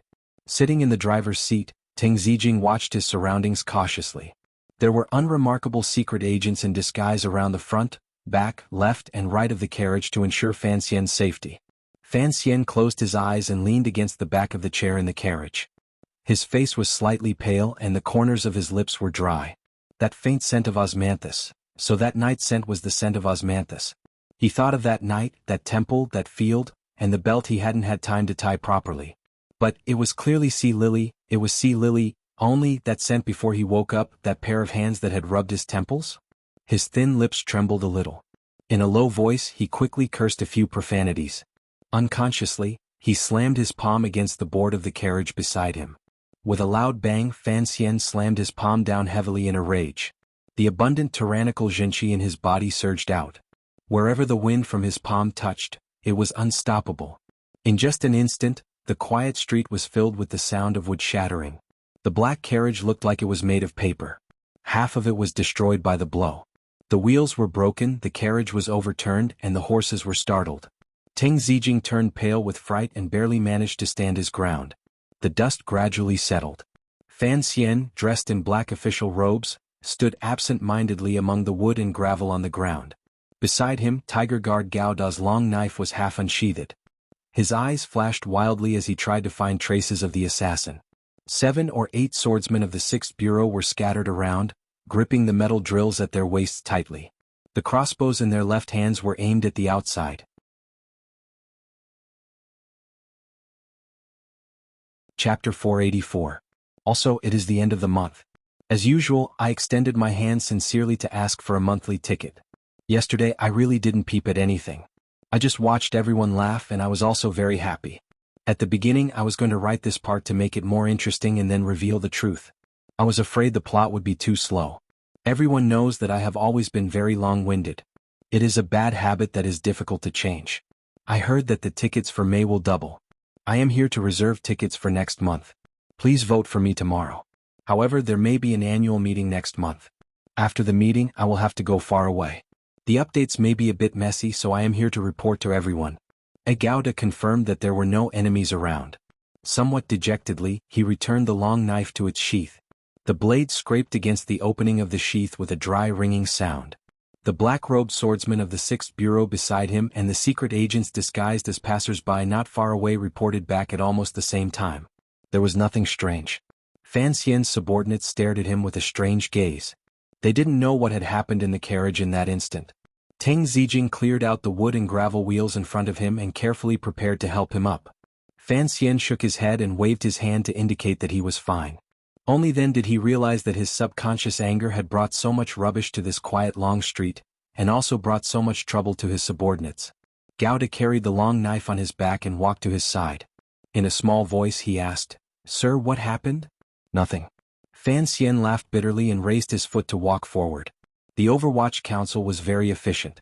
Before long, another brand new black carriage came from the corner of the street and stopped in front of everyone.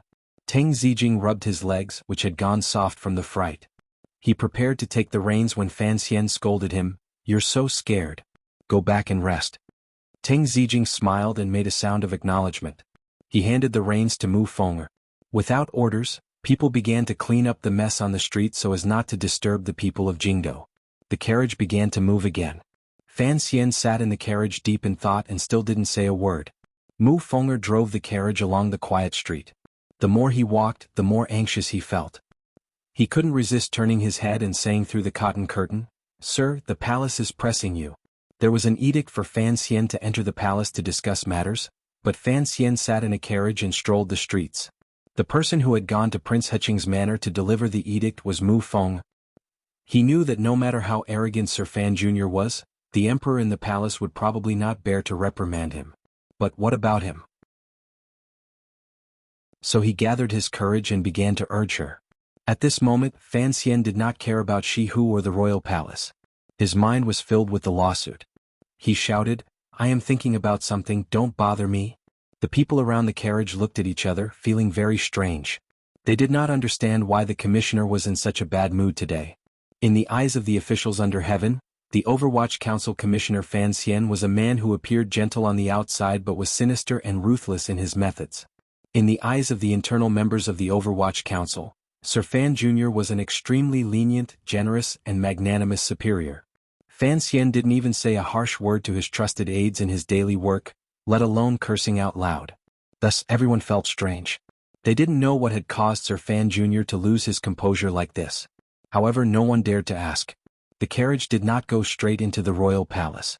Instead, under Fan Xian's insistence, it came to the Overwatch Council. He stepped out of the carriage with 3 thumping steps. Without even glancing at the square, black-gray building, he walked inside. Along the way, he occasionally met Overwatch Council officials who were out on business. Seeing the baleful expression on the commissioner's face, they all jumped in fright and quickly moved to the side to bow. Just as he was about to enter the Overwatch Council, Fan Xian suddenly stopped his steps. He had stopped too abruptly. Gauda and Mu Fenger, who were behind him, did not react in time and almost bumped into each other. Fan Xian didn't look at them. He only twisted his neck and turned his head to the back, trying his best to reach out.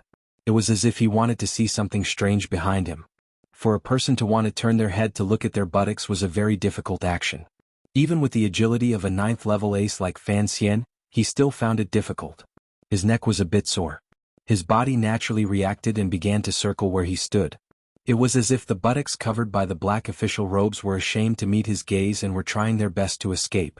Turning his head to look at his buttocks, he circled where he stood. Circle after circle. Fan Xian's action was truly too preposterous and comical.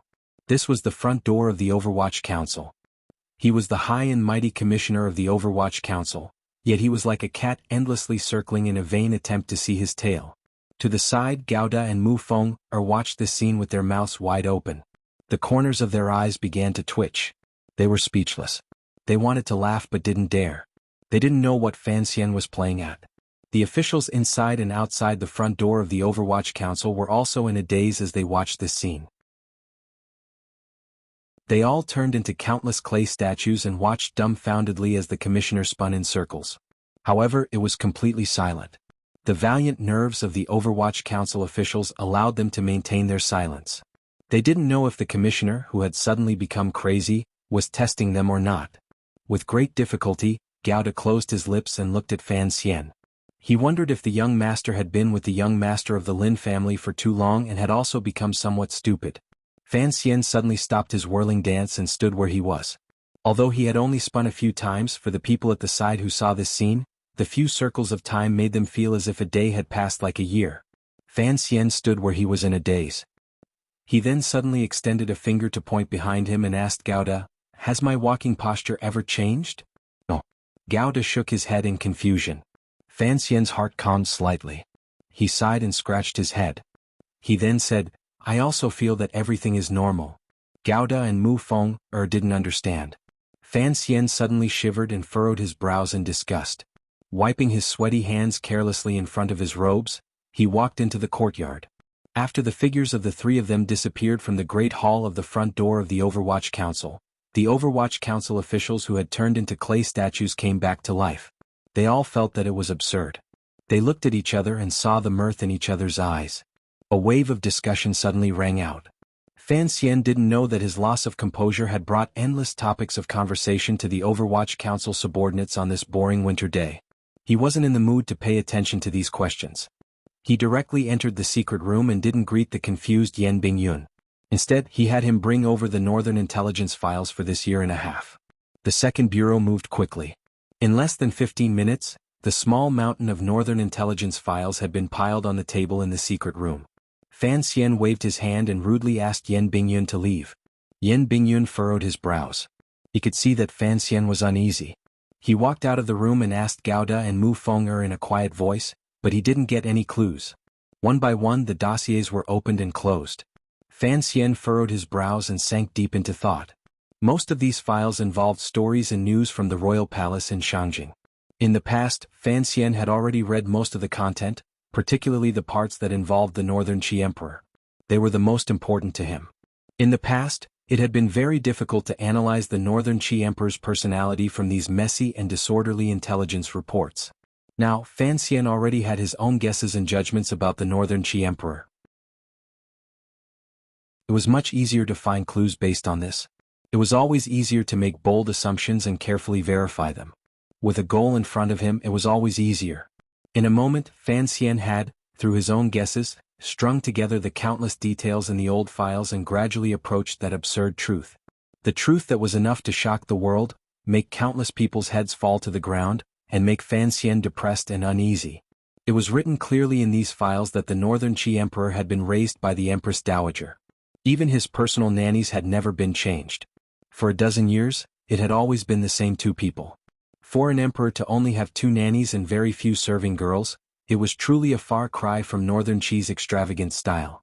The Northern Qi Empress Dowager's explanation was that, back then, the Wei Kingdom had toppled the country with grandiosity, so she had to teach the emperor to be accustomed to a simple and plain life from a young age. Everyone thought that the Northern Qi Emperor was not interested in women. Those 4 secondary concubines from ordinary families, at this moment in Fan Xian's eyes, it was enough to explain many things. Just as the second prince had said in Prince Heching's manner, for the ruler of a country, the harem was a marvelous weapon for stabilizing the balance of the court. Logically speaking, it was impossible for him not to make the children of the officials and court concubines. This was a somewhat stupid action, but Fan Xian only now knew that this was the mother and son. No mother and daughter in the Northern Qi Palace who had no other choice. If the Northern Qi Emperor married the daughter of an official but was never able to have sexual intercourse, this news would naturally spread to the nobility and cause some people to speculate. Furthermore, even if they could not have sexual intercourse, they would still have to sit across from each other and lie together. The daughters of the officials would always find something strange. Only by marrying the daughters of commoners could he completely control all of this. Even with the Qing Overwatch Council's all-pervasive intelligence-gathering methods, they still could not have a completely detailed description of the Northern Qi Emperor, much less any special characteristics of his body. This was enough to prove how strict the Northern Qi Royal Palace was in protecting the Northern Qi Emperor's body. All of this, under the circumstances that Fan Xian had made up his mind, pointed to a great secret that could not be announced to the world. Not marrying the daughter of an official and being so careful even when bathing, other than proving that the Northern Qi Emperor had something difficult to say, it also indirectly comforted Fan Xian a little. The Northern Qi Emperor was not gay. She was a woman. Fan Xian rubbed his slightly sore eyes and raised his head. Leaning against the chair, he seemed to be deep in thought about something. To his right hand was still the intelligence report that Sea Lily had sent through a secret channel. However, there was no need to read it. Since the Northern Qi Emperor was in such a situation, Sea Lily must be well aware of it. Then, the intelligence report that was endlessly sent from Shangjing must be full of exaggeration. Fan Xian's right hand clenched slightly and then immediately relaxed. A light flashed through his mind. He suddenly thought of the words that Haitang had said in Northern Qi's Shangjing. Us sisters all think this is feasible? A few sisters? A bitter smile appeared at the corners of Fan Xian's lips. A few sisters? The Northern Qi Emperor Haitang Duo and Sea Lily. This kind of sister combination was a bit too powerful. However, they played him in the palm of their hands. It was truly infuriating. Was the person with him that night really the Northern Qi Emperor? That faint scent of osmanthus. If it really was the Northern Qi Emperor, why would she take such a great risk to have a night with him? Fan Xian's brows furrowed. He once again buried his head in the files and carefully examined the intelligence reports from the royal palace in Shangjing this year and a half. He was a very self-aware person. Even though he knew that he had the title of immortal poet in this world, that even Zhuang Mohan admired him greatly, that he was born with a good body, that he could write a few sour lines, and that he could say a few witty words. But he did not think that he was a walking aphrodisiac that could attract all the women in the world to worship under his black robe without a care for their lives. Particularly the Northern Qi Emperor. Judging from the cooperation between Jiangnan and the North, she was a very powerful and far-sighted character. It was impossible for her to play such a trick just because she desired Fan Xian's beauty. As for feelings? Although Fan Xian believed in love at first sight, he did not think that an emperor, whose female companion often dressed as a man and lived in vigilance and danger, would be so indulgent. Then there was only one explanation. After sorting through the intelligence reports from the past year and a half, Fan Xian raised his head again with satisfaction. During this year and a half, the Northern Qi Emperor continued to attend court every day. There was no sign of the emperor not attending court in the morning. He did not go out to play, nor did he go to the palace to avoid the heat or go hunting. In short, the Northern Qi Emperor had not left people's sight for more than 2 days. The medicine supply in the Royal Academy of Medicine in Shangjing was also normal. Given Fan Xian's sharp senses for medicine, there was no sign of a pregnancy suppressant. Of course, if the other party had done it in secret, there was nothing he could do. Based on the current situation, it was impossible for the Northern Qi Emperor to be pregnant. This judgment made Fan Xian feel much more relaxed. He unconsciously stood up and stretched his back. What he was most afraid of was having a child with the Northern Qi Emperor after one night with her. It wasn't that he wasn't mentally prepared to be a father. He just wasn't prepared to be the father of an emperor. Particularly, he didn't want to become the object of the other party's seed in such a passive situation. Since no seed had taken root and sprouted, then it didn't matter. The gloom in Fan Xian's heart had long dissipated. Men were often like this. Sexual relations with a woman was really nothing. Even in such a passive situation, he could still comfort himself and enjoy it. Suddenly he thought of Yi Qingmei. The cycle of cause and effect. Retribution is not good. Fan Xian smiled helplessly and thought to himself that he was not as good as his mother, but in one area, he and his mother had finally reached a tie. They had both slept with the same emperor. He unconsciously didn't want to think that his experience was much more wretched than his mother's methods. He heavily patted his slightly numb buttocks and left the Overwatch Council's secret room with some lingering fear and helplessness. Sitting in the carriage heading toward the royal palace, Fan Xian held a special pencil from the palace treasury and thought carefully for a while. He then wrote a line of words on a piece of white paper. "I know what you did last summer." He then sealed the letter and handed it to Mu Feng. He had him take it to the little secret courtyard in the west of the city and give it to Wang Qinian.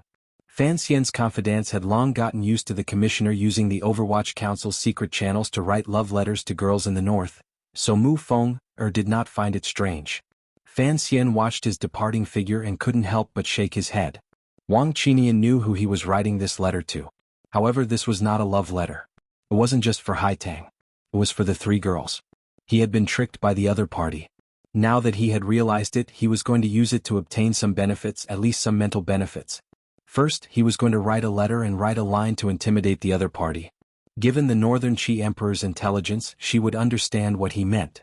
Fan Xian used 2 fingers to play with the thin end of the pencil. He then put it into the upper pocket of his robe and shook his head. Suddenly he thought of something.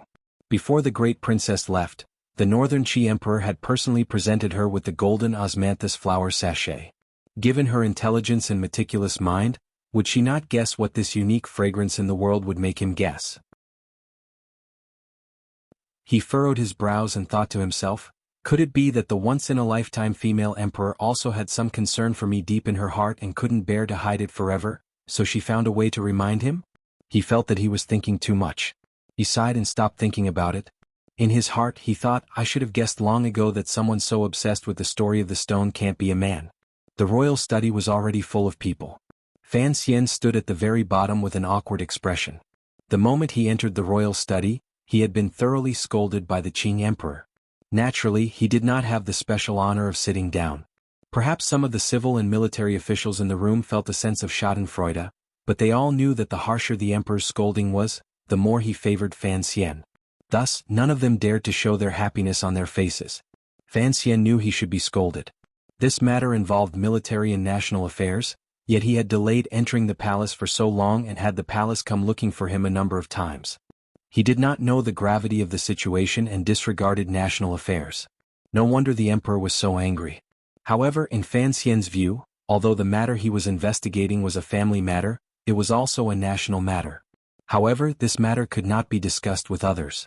He could only keep it in his heart and not make a sound as he was scolded. Without a sound he forgot to ask for forgiveness. Thus, the emperor's expression did not change for the better. With a cold huff he left him in the cold. The emperor had summoned Fan Xian into the palace with the intention of finding an opportunity for him to come into contact with the Qin kingdom's higher-ups when it came to dealing with sudden incidents. He had the intention of teaching and advising him. Unexpectedly, Fan Xian had come so late. This made the emperor unhappy. The discussion had begun a long time ago. The initial decision was for Yi Zhong to lead the army 300 li to the west and suppress the restless nerves of Shihu. At the same time, the northern governor Yan Xiaoyi was to return north early to resist the arrogance of northern Qi's mighty general Shang Shanhu. There were also some specific logistics issues that Fan Xian didn't hear a word of. He only knew that the emperor had finally fulfilled his promise to him and sent Yan Xiaoyi away. As for Yi Zhong, Fan Xian unconsciously raised his head and saw a general sitting second to his right.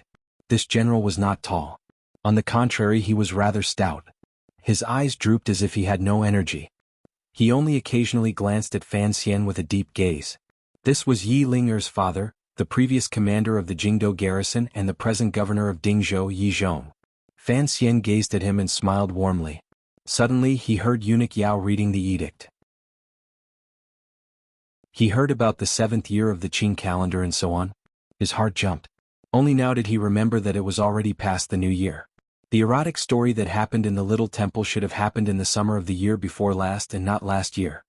After the emergency meeting in the royal study ended, the emperor kept Fan Xian behind. He no longer scolded him angrily.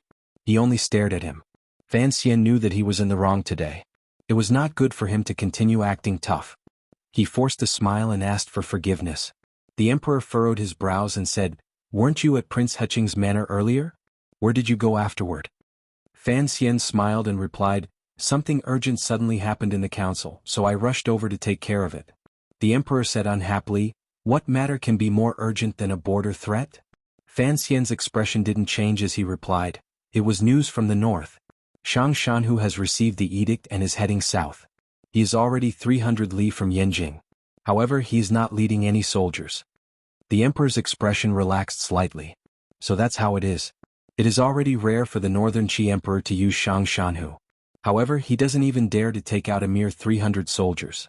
It looks like his breadth of mind is only SOSO." Fan Xian thought to himself, there are many people in this world who have been emperors, but there are few who are as perversely confident as you. Immediately after, the emperor asked a few more questions about the gathering at Prince Heching's manor. From his words and manner, it seemed that he was very satisfied with the great prince's actions. Fan Xian's heart trembled slightly. He knew that the second prince was right. Although the emperor had provoked his sons to fight, he still did not want them to suffer unacceptable losses. After saying a few more words, Fan Xian's unease was seen by the emperor and chased him out.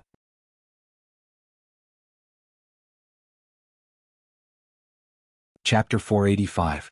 Because there's a rumor in World of Martial Arts that you can vote for a few more monthly votes. Because there's a rumor in World of Martial Arts that a single chapter has a great effect in getting monthly votes. That's why I'm here to pay my respects.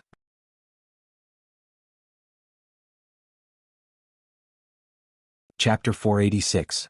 Yesterday when I read the comments section, especially one of the posts, I suddenly felt as if I had walked into a war or leisure mood. I was a little scared.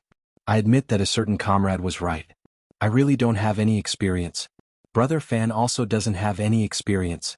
So, P.S. Still pulling for monthly votes. Don't find it troublesome. I'm preparing to poll for 7 days.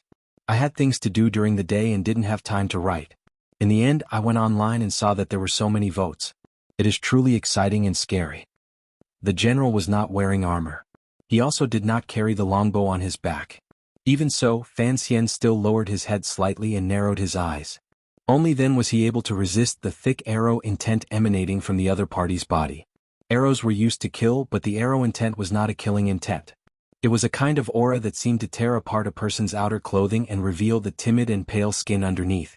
Even with Fan Xian's powerful mental control and strength, he was still suppressed by this aura. It meant that this general's cultivation was truly a level higher than his. Northern Governor Yan Xiaoyi, an absolute warrior above the 9th level. He was the person most likely to challenge a great grandmaster. Greetings, Governor. Fan Xian piled on a smile and gently bowed toward Yan Xiaoyi. Yan Xiaoyi stood in the long corridor. The deep gaze in his eyes was like spring water washing over Fan Xian's face. After hearing Fan Xian's words, he did not have any reaction. In a slightly raspy voice he said, I will be returning to the north in a few days.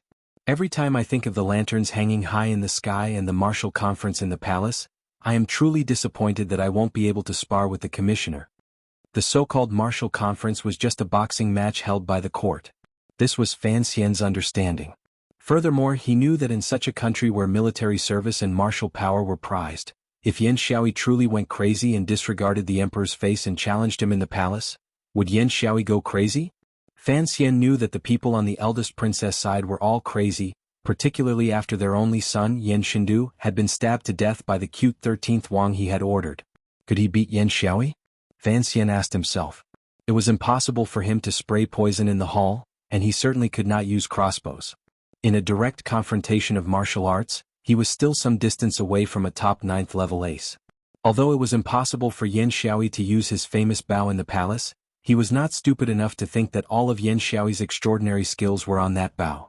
Therefore, if the martial arts discussion became a reality, even if Old Hong could save his life in the end, he would definitely be seriously injured.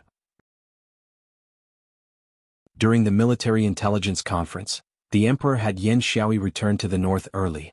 This was in accordance with Fan Xian's request. After all, he didn't even want to be wounded. But looking at the current situation, Yan Xiaoyi's disappointment and anger could not be concealed at all. Fan Xian couldn't resist smiling. He smiled warmly at this powerful figure in the military and said, Governor, I thought you misunderstood something. Yan Xiaoyi was silent for a moment, then said, I just want to experience Commissioner Fan's little tricks. Fan Xian was also silent for a moment. He then raised his hands in a salute and said, In these peaceful times, it is better to have less fighting and killing. In the long corridor, only Fan Xian and Yan Xiaoyi stood facing each other. A sense of danger rose involuntarily. Fan Xian knew that in the royal palace, Yan Xiaoyi would not attack no matter what, so he was not very worried. He used his clear eyes to calmly watch the other party. Cough cough. A few coughs rang out. It was not old eunuch Hong. Rather, it was a slightly short figure with an aura like that of Dong Mountain. He suddenly appeared beside the two of them. Yizhong. Fan Xian smiled slightly, thinking that this person had come at just the right time. He did not want to have another clash of gazes with Yan Xiaoyi. Governor Yan, Commissioner Fan, this is a restricted area of the palace. Don't make too much noise. When Yizhong was in charge of the Jingdo garrison, Fan Xian had not yet been born. Yan Xiaoyi was still hunting in the mountains. With his seniority and status, the weight of his words was much greater. Yan Xiaoyi paused slightly and turned his head to bow. Fan Xian smiled and asked, Uncle Yi, long time no see. How are you in Dingzhou? With Yizhong's interruption, Yan Xiaoyi stopped talking. Yizhong could also see the problem between Yan Xiaoyi and Fan Xian. He furrowed his brows and thought, the death of Yan Xiaoyi's only son had always been an unsolved case. Why was Yan Xiaoyi so certain that Fan Xian did it? I still have official business to attend to, so I'll take my leave now. Fan Xian took this opportunity to quickly escape. Yizhong nodded. Yan Xiaoyi slowly said, Sir Fan Jr., you must take care of yourself. Fan Xian's heart trembled slightly. He knew what the other party meant by these words. A heroic feeling surged from the bottom of his heart. He raised his hands to the sky and laughed. With the protection of the heavens, there is no need for Governor Yan to worry. Yan Xiaoyi's smile suddenly became bone-piercingly cold. He stared into Fan Xian's eyes and said each word clearly, the heavens cannot hide from my eyes. Fan Xian, you will die at my hands. Everyone was in the royal palace and Yi Zhong was still by his side. Yet Yan Xiaoyi was arrogant enough to say such threatening words. Yi Zhong couldn't help but furrow his brows, but he didn't say anything. Fan Xian looked at this scene and couldn't help but shake his head. Yi Zhong was the second prince's father-in-law and had long belonged to that side. However, Yan Xiaoyi did not care about anything in front of him and said he would kill the emperor's illegitimate son in the royal palace. He was indeed arrogant and crazy to the extreme. He gently brushed his sleeves and raised his face confidently. Yan Xiaoyi, I'm willing to bet that you will die at my hands first, and it will be an incomparably stupid death. After saying this, he raised his hands to Yi Zhong. Without another glance at Yan Xiaoyi, he slowly walked in the direction of the palace gate. Yan Xiaoyi narrowed his eyes and watched his gradually disappearing figure with extreme coldness. Yi Zhong also watched Fan Xian's figure and wondered where exactly this young man got his confidence from. He had already made arrangements for a few years. Don't let some unexpected changes happen because of Fan Xian. As he thought this, he turned his head to look at Yan Xiaoyi and sighed. Patting his shoulder, he said, My condolences. However, in the palace be careful that the walls have ears. After all, he is not a normal person. He is the emperor's son. Yan Xiaoyi's expression did not change. Coldly he said, I also have a son. Walking to the palace gate, Fan Xian's expression had long recovered its calm. Yan Xiaoyi and he had long been in a life-and-death situation. They just needed a suitable place and time to put it into practice. Last time, the situation he had arranged had been broken by eunuch Hong. Next time, would he fall into Yan Xiaoyi's trap? There was also 13th Wang. After killing Yan Shindu, he had suddenly disappeared without a trace. No one knew where he had gone. As Fan Xian calculated in his heart, he walked out of the palace. Then, as expected, he saw the great prince beside him, the only military general in the royal family. What did you say to Yan Xiaoyi? The great prince asked in a low voice beside him. His son died and he's randomly biting people, Fan Xian replied with a smile. He said he wanted to kill me. The great prince furrowed his brows and said with slight anger, What an arrogant tone. Doesn't he see where he is? Fan Xian thought for a moment and then said seriously to the great prince, Yan Xiaoyi's intention to rebel is set. I don't think the emperor can't see it, but you have to be careful. The great prince was slightly startled. He wondered where the word rebel came from. Fan Xian climbed into the carriage and headed toward the manor. On the way, he was still thinking about this question. The emperor would not be unable to see Yan Xiaoyi's surging desire to fight and kill. Why did he still release the tiger back into the mountains? Wasn't he still imprisoning him in Jingdo? It was an interesting question. He laughed at himself in his heart. Who knew how much later, when Yan Xiaoyi came to kill him or when he killed Yan Xiaoyi, the world would certainly become very interesting. Presumably, the mahjong table the emperor was playing would also be on the eve of a draw. On the 15th day of the first month, there was no snow or wind in Jingdo. After nightfall, colorful lanterns hung high throughout the city. People weaved through the dry streets. Men and women used the reflection of the beautiful lights to search for the faces that moved their hearts and avoid the harassment that annoyed them. The young ladies brought their serving girls around with blushing faces as they played. The polite young men maintained a distance that was neither too far nor too close and quietly watched them play. That night, spring arrived early. Who knew how many shoes had fallen off on the street, and who knew how many tender skin had been touched by those hands? Tailing and investigating, eye movements and probing continued happily in the night. The people controlled by hormones collectively sank into a matchmaking activity without a matchmaker. For the Qing court, the joy of the people could not affect its sternness. Although large palace lanterns were hung in the corner of the royal palace and some riddles had been prepared inside the palace for the Empress Dowager, Empress, and other nobles to enjoy, even the square, black and gray building of the Overwatch Council had red lanterns hung under Fan Xian's orders. But it was still sternness. The movement of the military had begun long before the 15th. The governor of the north had led his personal soldiers back north. He was going to Tsangzhou and Yinjing to block the sharp gaze of northern Qi's famous general. Yi Zhong had also returned to Dingzhou. The court once again increased the number of soldiers to the west.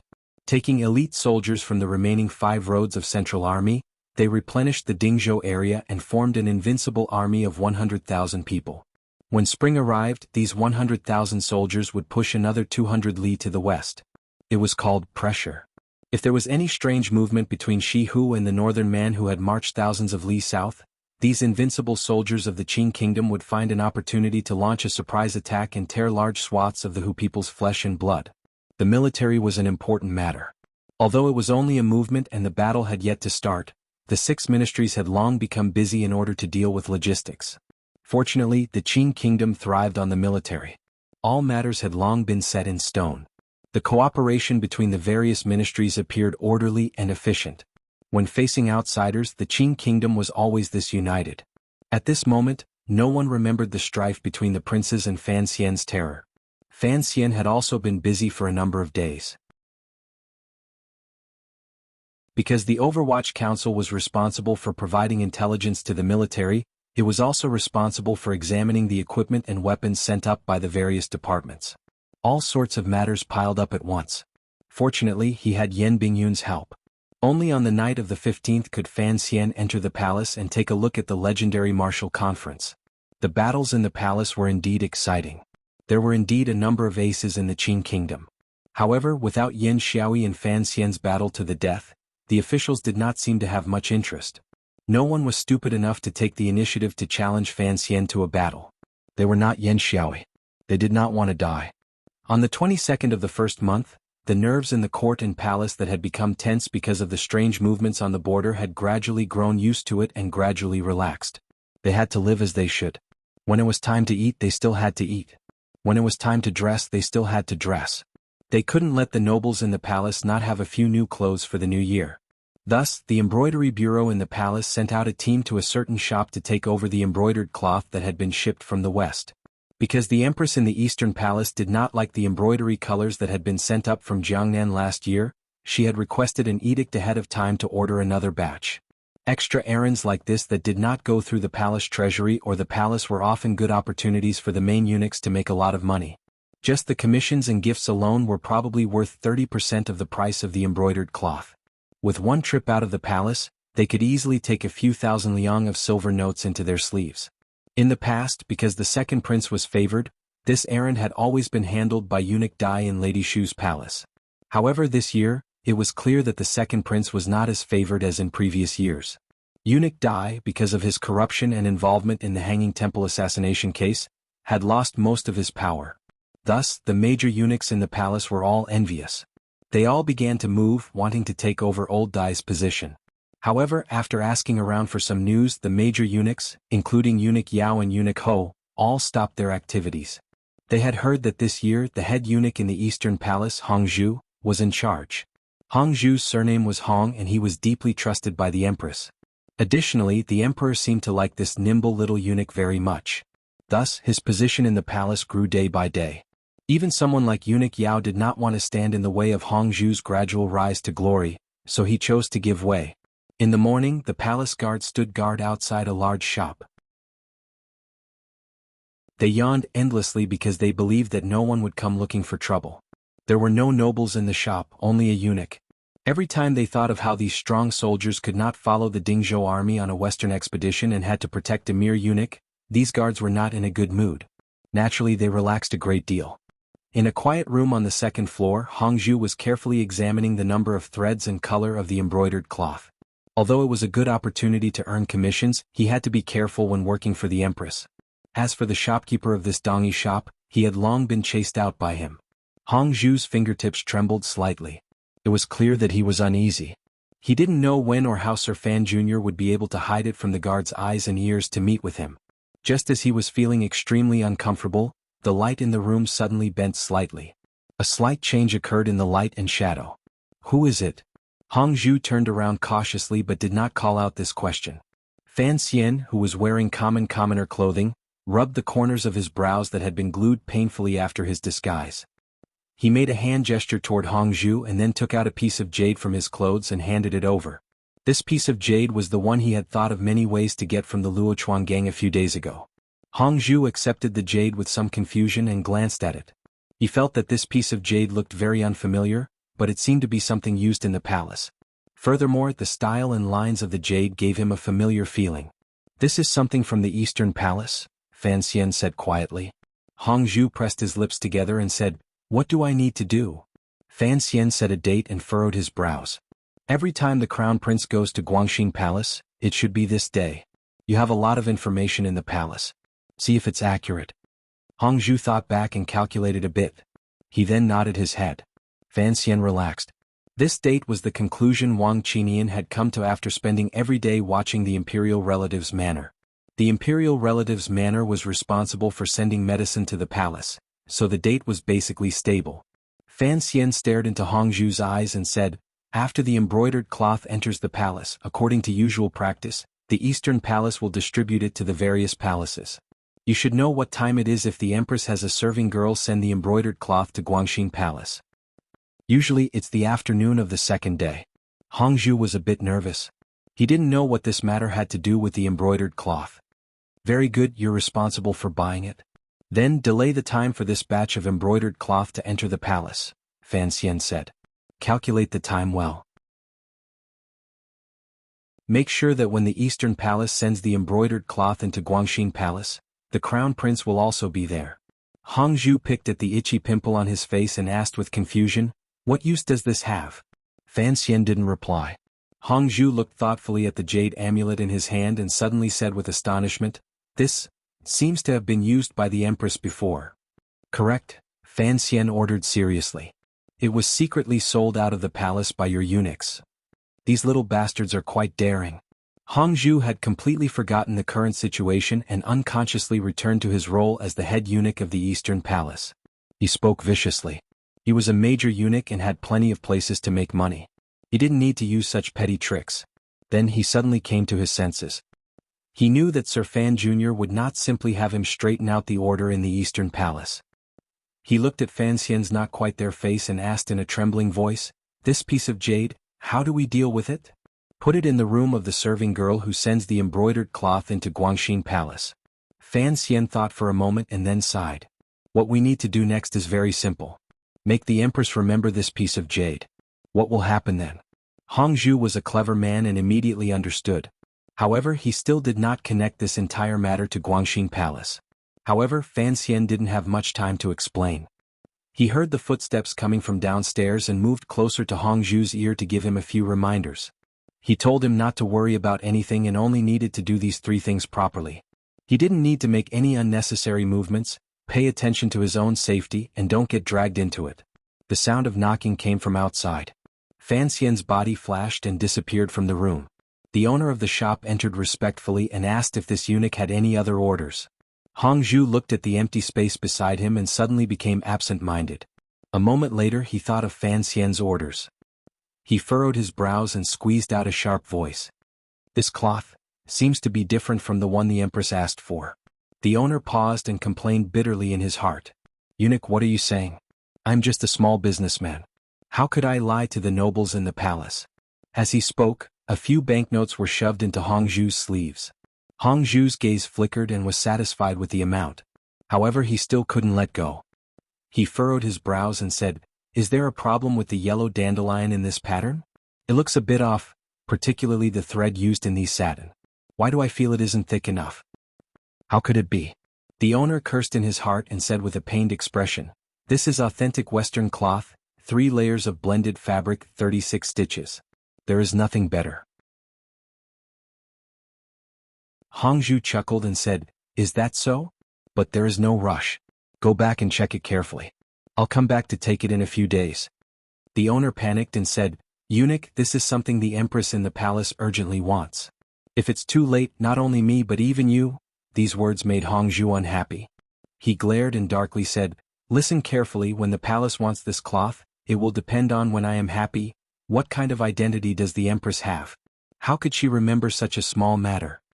After saying this, Hong Zhu brushed his sleeves and went downstairs. His expression was very unfriendly. The owner of the shop followed behind. He only knew that he had offended this eunuch and cried out bitterly in his heart. He wondered how many banknotes he would have to shove into this eunuch's body if this dragged on for a few days. He had no idea that Hongzhu's expression was unfriendly because he was afraid and excited.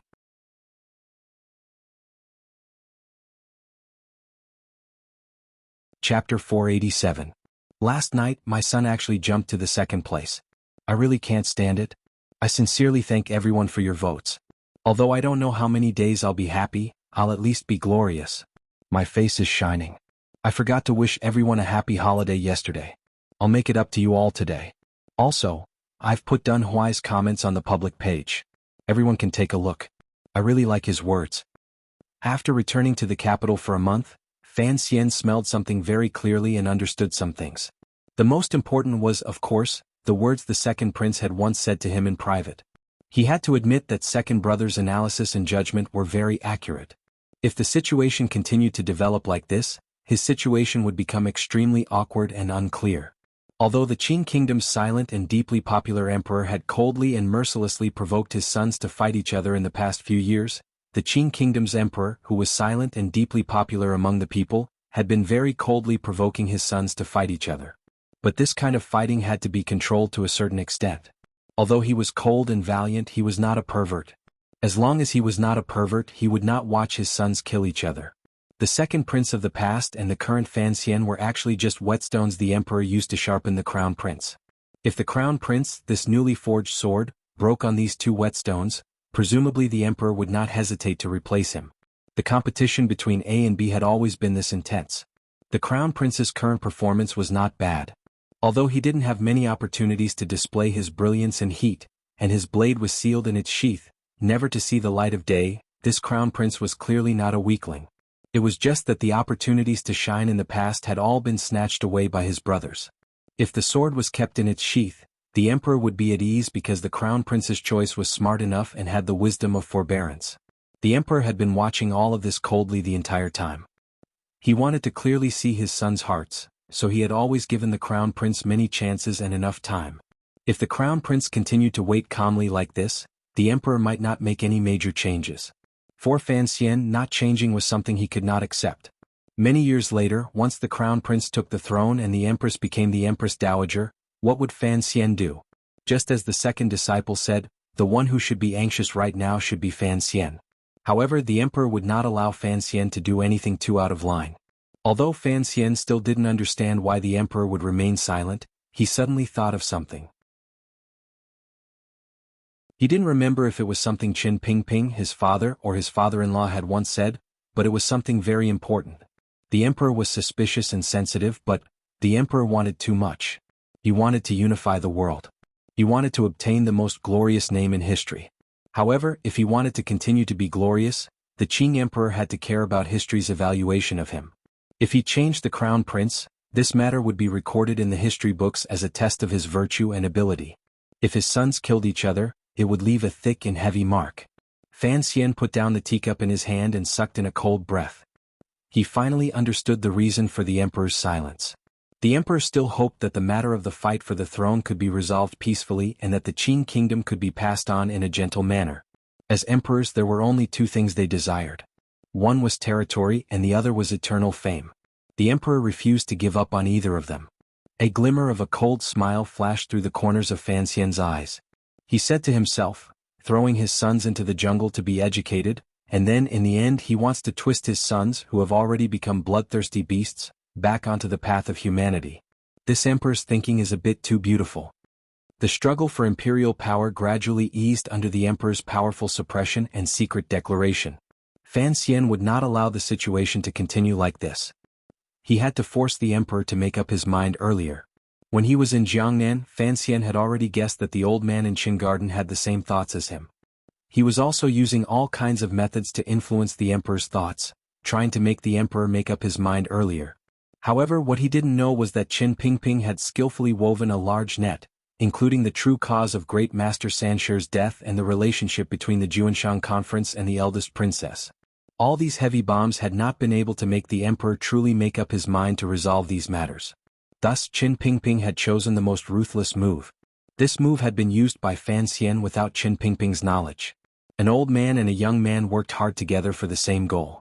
They planned quietly and wanted to play with the Qing emperor's emotions and use the emperor's paranoia and jealousy hidden in the depths of his heart to achieve the goal they wanted. In this world, there were not many people like Qin Pingping and Fan Xian who understood the Qing emperor's heart. There were even fewer people who dared to plot and provoke the Qing emperor's emotions. When it came down to it, it only showed that the leaders of the Overwatch Council were all ruthless and shameless people who did not care about their lives. However, Qin Pingping's goal was far from just having the crown prince step down. On this point he thought further than Fan Xian, and his intentions were wilder. The first month was about to end. Fan Xian's trip back to the capital was also about to end. His subordinates were all preparing for their return to Jiangnan. He made the best use of the remaining time to keep his father and Qin Pingping company for a few days. These two elders were getting on in years. He was often in Jiangnan and was unable to fulfill his filial duties. He truly felt apologetic. De Bao had gone from Danzhou to Hangzhou and then to Wuzhou. After spending a new year with Prime Minister Lin, he had also returned to Jingdou. Fan Xian had to accompany his brother-in-law for a good stroll through Jingdou. Big Dumb and Little Dumb were having a good time. However, time was tight, so it was hard to avoid a sense of panic. Amidst this meticulously arranged and tight schedule, Fan Xizha followed the second group Deng Ziyu had left behind and once again headed north. The Chamber of Commerce traveling in the north needed this talented youth to manage. It was never good to leave Shangjing for too long. Ever since Fan Xian had confirmed that matter, his feelings toward the north had sunk into some kind of dilemma. Although he was more confident about his brother and sister's safety in the north, he unconsciously wanted to avoid something. Thus, he did not have Xizha bring a secret letter to the northern Qi emperor. The other people in the Qinian unit also began to busy themselves. Hong Changqing took Fan Xian's order and went to Jiangnan ahead of time. This was a very important matter. Fan Xian told him to inform Su Wenmao to get ready. Before the matter in the palace exploded and the news reached Jiangnan, they had to create a perfect time difference to swallow the entire Ming family. Mu Tai and Mu Feng'er of the First Bureau were also busy with official matters in Jingdou and could not follow by Fan Xian's side at all times. Sir Yan Jr. was busy in the Overwatch Council coordinating daily affairs and avoiding the marriage introductions of the noble ladies in Jingdou. He was miserable beyond words. For a moment, Fan Xian's only capable confidant was Wang Qinian, the old man. Fan Xian was eating with De Bao in Wang Qinian's garden when he suddenly thought of the pitiful Yan Bingyun and the words the great Wang Fei had quietly said to him that day in Prince Heching's manor. He couldn't help but shake his head. If Yan Bingyun truly wanted to marry the young lady of the Shen family, it would truly be a difficult matter. First, this matter needed the emperor's approval in the palace. Secondly, the young lady of the Shen family needed a suitable identity. The great Wang Fei was a good friend of the young lady of the Shen family when they were in Shangjing, so she handed this troublesome matter to Fan Xian to handle. In his life, Fan Xian was only good at breaking up marriages. He was not good at being a matchmaker. With a sorrowful sigh, he picked at the food on his plate. Wang Qinian was squatting at the side smoking a cigarette. Seeing that Fan Xian's expression was not very good, he coughed and asked, "The taste is not to your liking?" De Bao sat by Fan Xian's side and chewed endlessly in his mouth. "Delicious." Fan Xian used the tip of his chopsticks to point at the plate and said, "Stewed fish slices made like this can rival the chefs in the brothel. Of course the taste is excellent." The brothel he was referring to was Baoyue brothel. Having received Fan Xian's praise, Wang Qinian smiled. The wrinkles on his face deepened. As they spoke, a 12 or 13-year-old girl carried a plate out from the inner room and obediently placed it on the table. She was too shy to bow and ran back with small quick steps. Fan Xian looked at the girl's back and sighed. "La Wang, you look like an old elm tree. How did you give birth to such a lively girl?" That girl was Wang Qinian's daughter. She was also the person Fan Xian had once threatened Wang Qinian in his letters. Wang Qinian's heart jumped. He smiled bitterly and said, "Still young, still young. I can't see if she will be beautiful in the future." Fan Xian laughed loudly and said, "What are you afraid of? Who would dare to forcefully take your daughter?" These words were true. Although Wang Qinian had insisted on not taking the position of head of the 8 bureaus, most people in Jingdou knew that he was Fan Xian's closest confidant. With this layer of relationship present, regardless of whether it was the 6 ministries, 3 departments, or 3 departments, no one dared to underestimate him or offend him. De Bao suddenly beamed with joy. "This girl is beautiful." It was now Fan Xian's turn to be shocked. He wondered to himself what would happen if his brother-in-law suddenly fell in love and insisted on marrying Lao Wang's daughter. Of course he wouldn't agree, but how could he appease this person's emotions? Fortunately, Debao's temperament was still that of a 6 or 7-year-old child, so it was impossible for him to think of such things. He just stared blankly with his chopsticks in his hand, and the oil and water in his mouth slid down, but he didn't even notice. No one knew what he was thinking. Fan Xian picked up the wet towel beside him and helped Dabao wipe away the grease at the side of his lips. He asked curiously, "What are you thinking about?" Dabao tilted his head slightly. The smile on his face gradually froze, revealing a trace of grievance and sadness that was rarely seen on his face. He stammered, Bao likes the beautiful Gu Liang." Fan Xian's heart darkened, and the hand holding the towel froze. He didn't know what to comfort. Wang Qinian, who was listening at the side, was a little curious. He knocked his pipe on the stone grinder beside his feet and asked, "Young uncle, who is Bao?" "Second Bao is my younger brother. He's very smart." A proud smile bloomed on Debao's face, but this smile immediately turned into the sadness of a child. "But he's dead." Wang Qinian and Fan Xian stood in the corner of the courtyard, each pulling out their tobacco pipes. Green smoke curled up and the stench of leaves was suffocating. Wang Qinian turned his head to glance at Lin Dabao, who was playing with his little girl. Lowering his voice he asked, "So, second Bao is young Master Lin Gong. Lin Gong was killed by the people of Dongyi 2 years ago, but I heard that the manor has been hiding it from young Master Dabao. How did he know?" Fan Xian spat out a mouthful of bitter saliva. After a moment of silence he said, "I told him, although he's stupid, I've always treated him like a normal person. He and the Lin brothers were very close. I didn't feel comfortable hiding this matter from him." "There won't be any problems, will there?" Wang Qinian asked carefully. "What problems could there be?" "I told him 2 years ago." Fan Xian pressed his dry lips together and faintly said, Dabao's intelligence is not fully developed.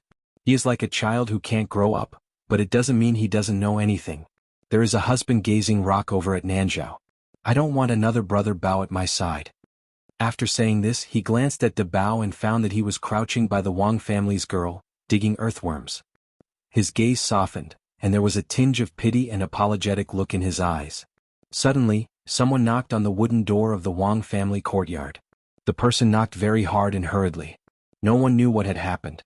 Fan Xian and Wang Qinian met each other's eyes and furrowed their brows. Wang Qinian had just stepped forward to open the door when a man rushed in. Rushing in front of Fan Xian, he said in a loud voice, "Congratulations, sir." Fan Xian jumped in fright at this person. Focusing his eyes, he saw it was Teng Zijing. He couldn't help but curse. "What's the matter? Didn't I tell you to go back to the country estate to read books in preparation for the martial exams in the spring? Why did you run back to the capital?" He had wholeheartedly wanted Teng Zijing to be able to embark on an official career. It could be said that he had not let down Teng Zijing's attentive service and crippled leg after he had picked him up from Danzhou. However, Teng Zijing's personality was very similar to Wang Qinian's. Although he loved officialdom, he loved the life at Fan Xian's side even more. Additionally, he couldn't get into those military books. Thus, after reading for 3 days in the country estate, he had run back. Teng Zijing's expression was full of shame, but he immediately thought of the important matter. Very happily he said, "Young master, quickly go back to the manor. The old master is already back. The whole family is waiting for you." "What exactly happened?" Fan Xian furrowed his brows. He went over to hold Dabao's hand and prepared to leave for the carriage. Teng Zijing followed behind him and said with a smile, "Mistress Lu is pregnant." Fan Xian paused and stood where he was. Turning around he rubbed his head and said, "What? Am I going to have another brother? Father is indeed extraordinary." Teng Zijing paused and only understood what he meant a moment later. He hurriedly explained, "It's not Madam, Mistress Lu is pregnant." Fan Xian still didn't understand what he meant. Sitting in the carriage he tied up Dabao's clothes. Turning his head he said angrily, "Speak clearly. Even if the Duke's manor has a child, there is no need to be so nervous." Teng Zijing couldn't resist laughing and said, "It's not the Duke's manor, it's our own manor. Cici is pregnant." Fan Xian paused. Only now did he understand. Although he had long taken Cici into the manor, in the depths of his heart, he still saw her as a younger sister. He truly did not have any precise thoughts of her as a concubine. Coincidentally, Cece had been raised by the old Danzhou manor since she was young. She never had a surname. Later, when she entered the capital, Cece's mother, Lady Lu, took good care of Cece because of similar circumstances. In the end, she simply had Cece take the surname Lu. Mistress Lu, so he was talking about Cece.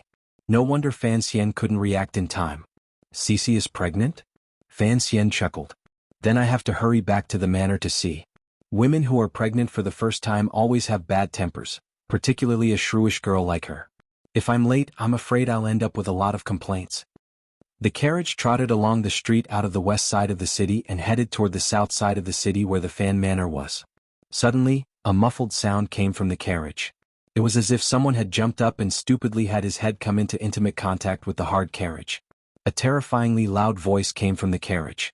The voice was filled with shock and terror. Half the pedestrians on the street could hear it clearly. Cece is pregnant. I'm going to be a father? Fan Xian, who had been reborn into the world of the Qing kingdom and whose mental age should be in his 30s, was finally going to be a father. The passing on of living things was always the second most powerful need one could instinctively control. Logically speaking, Fan Xian, who was sufficiently mature, should have shown a kind of controllable and sincere joy when faced with such a joyous event. However, there was clearly something wrong with his performance. He was very excited, uncontrollably excited. At the same time, other than joy, he was very afraid. Sitting by Cece's bed, Fan Xian looked like an idiot at the girl who was 2 years older than him. Cece's face was slightly pale. It looked like she was beginning to feel nervous after knowing that a life had suddenly appeared in her belly. Fan Xian looked at her dumbly and said, "How did you get pregnant?" Sat at the head of the bed and fed Cece something.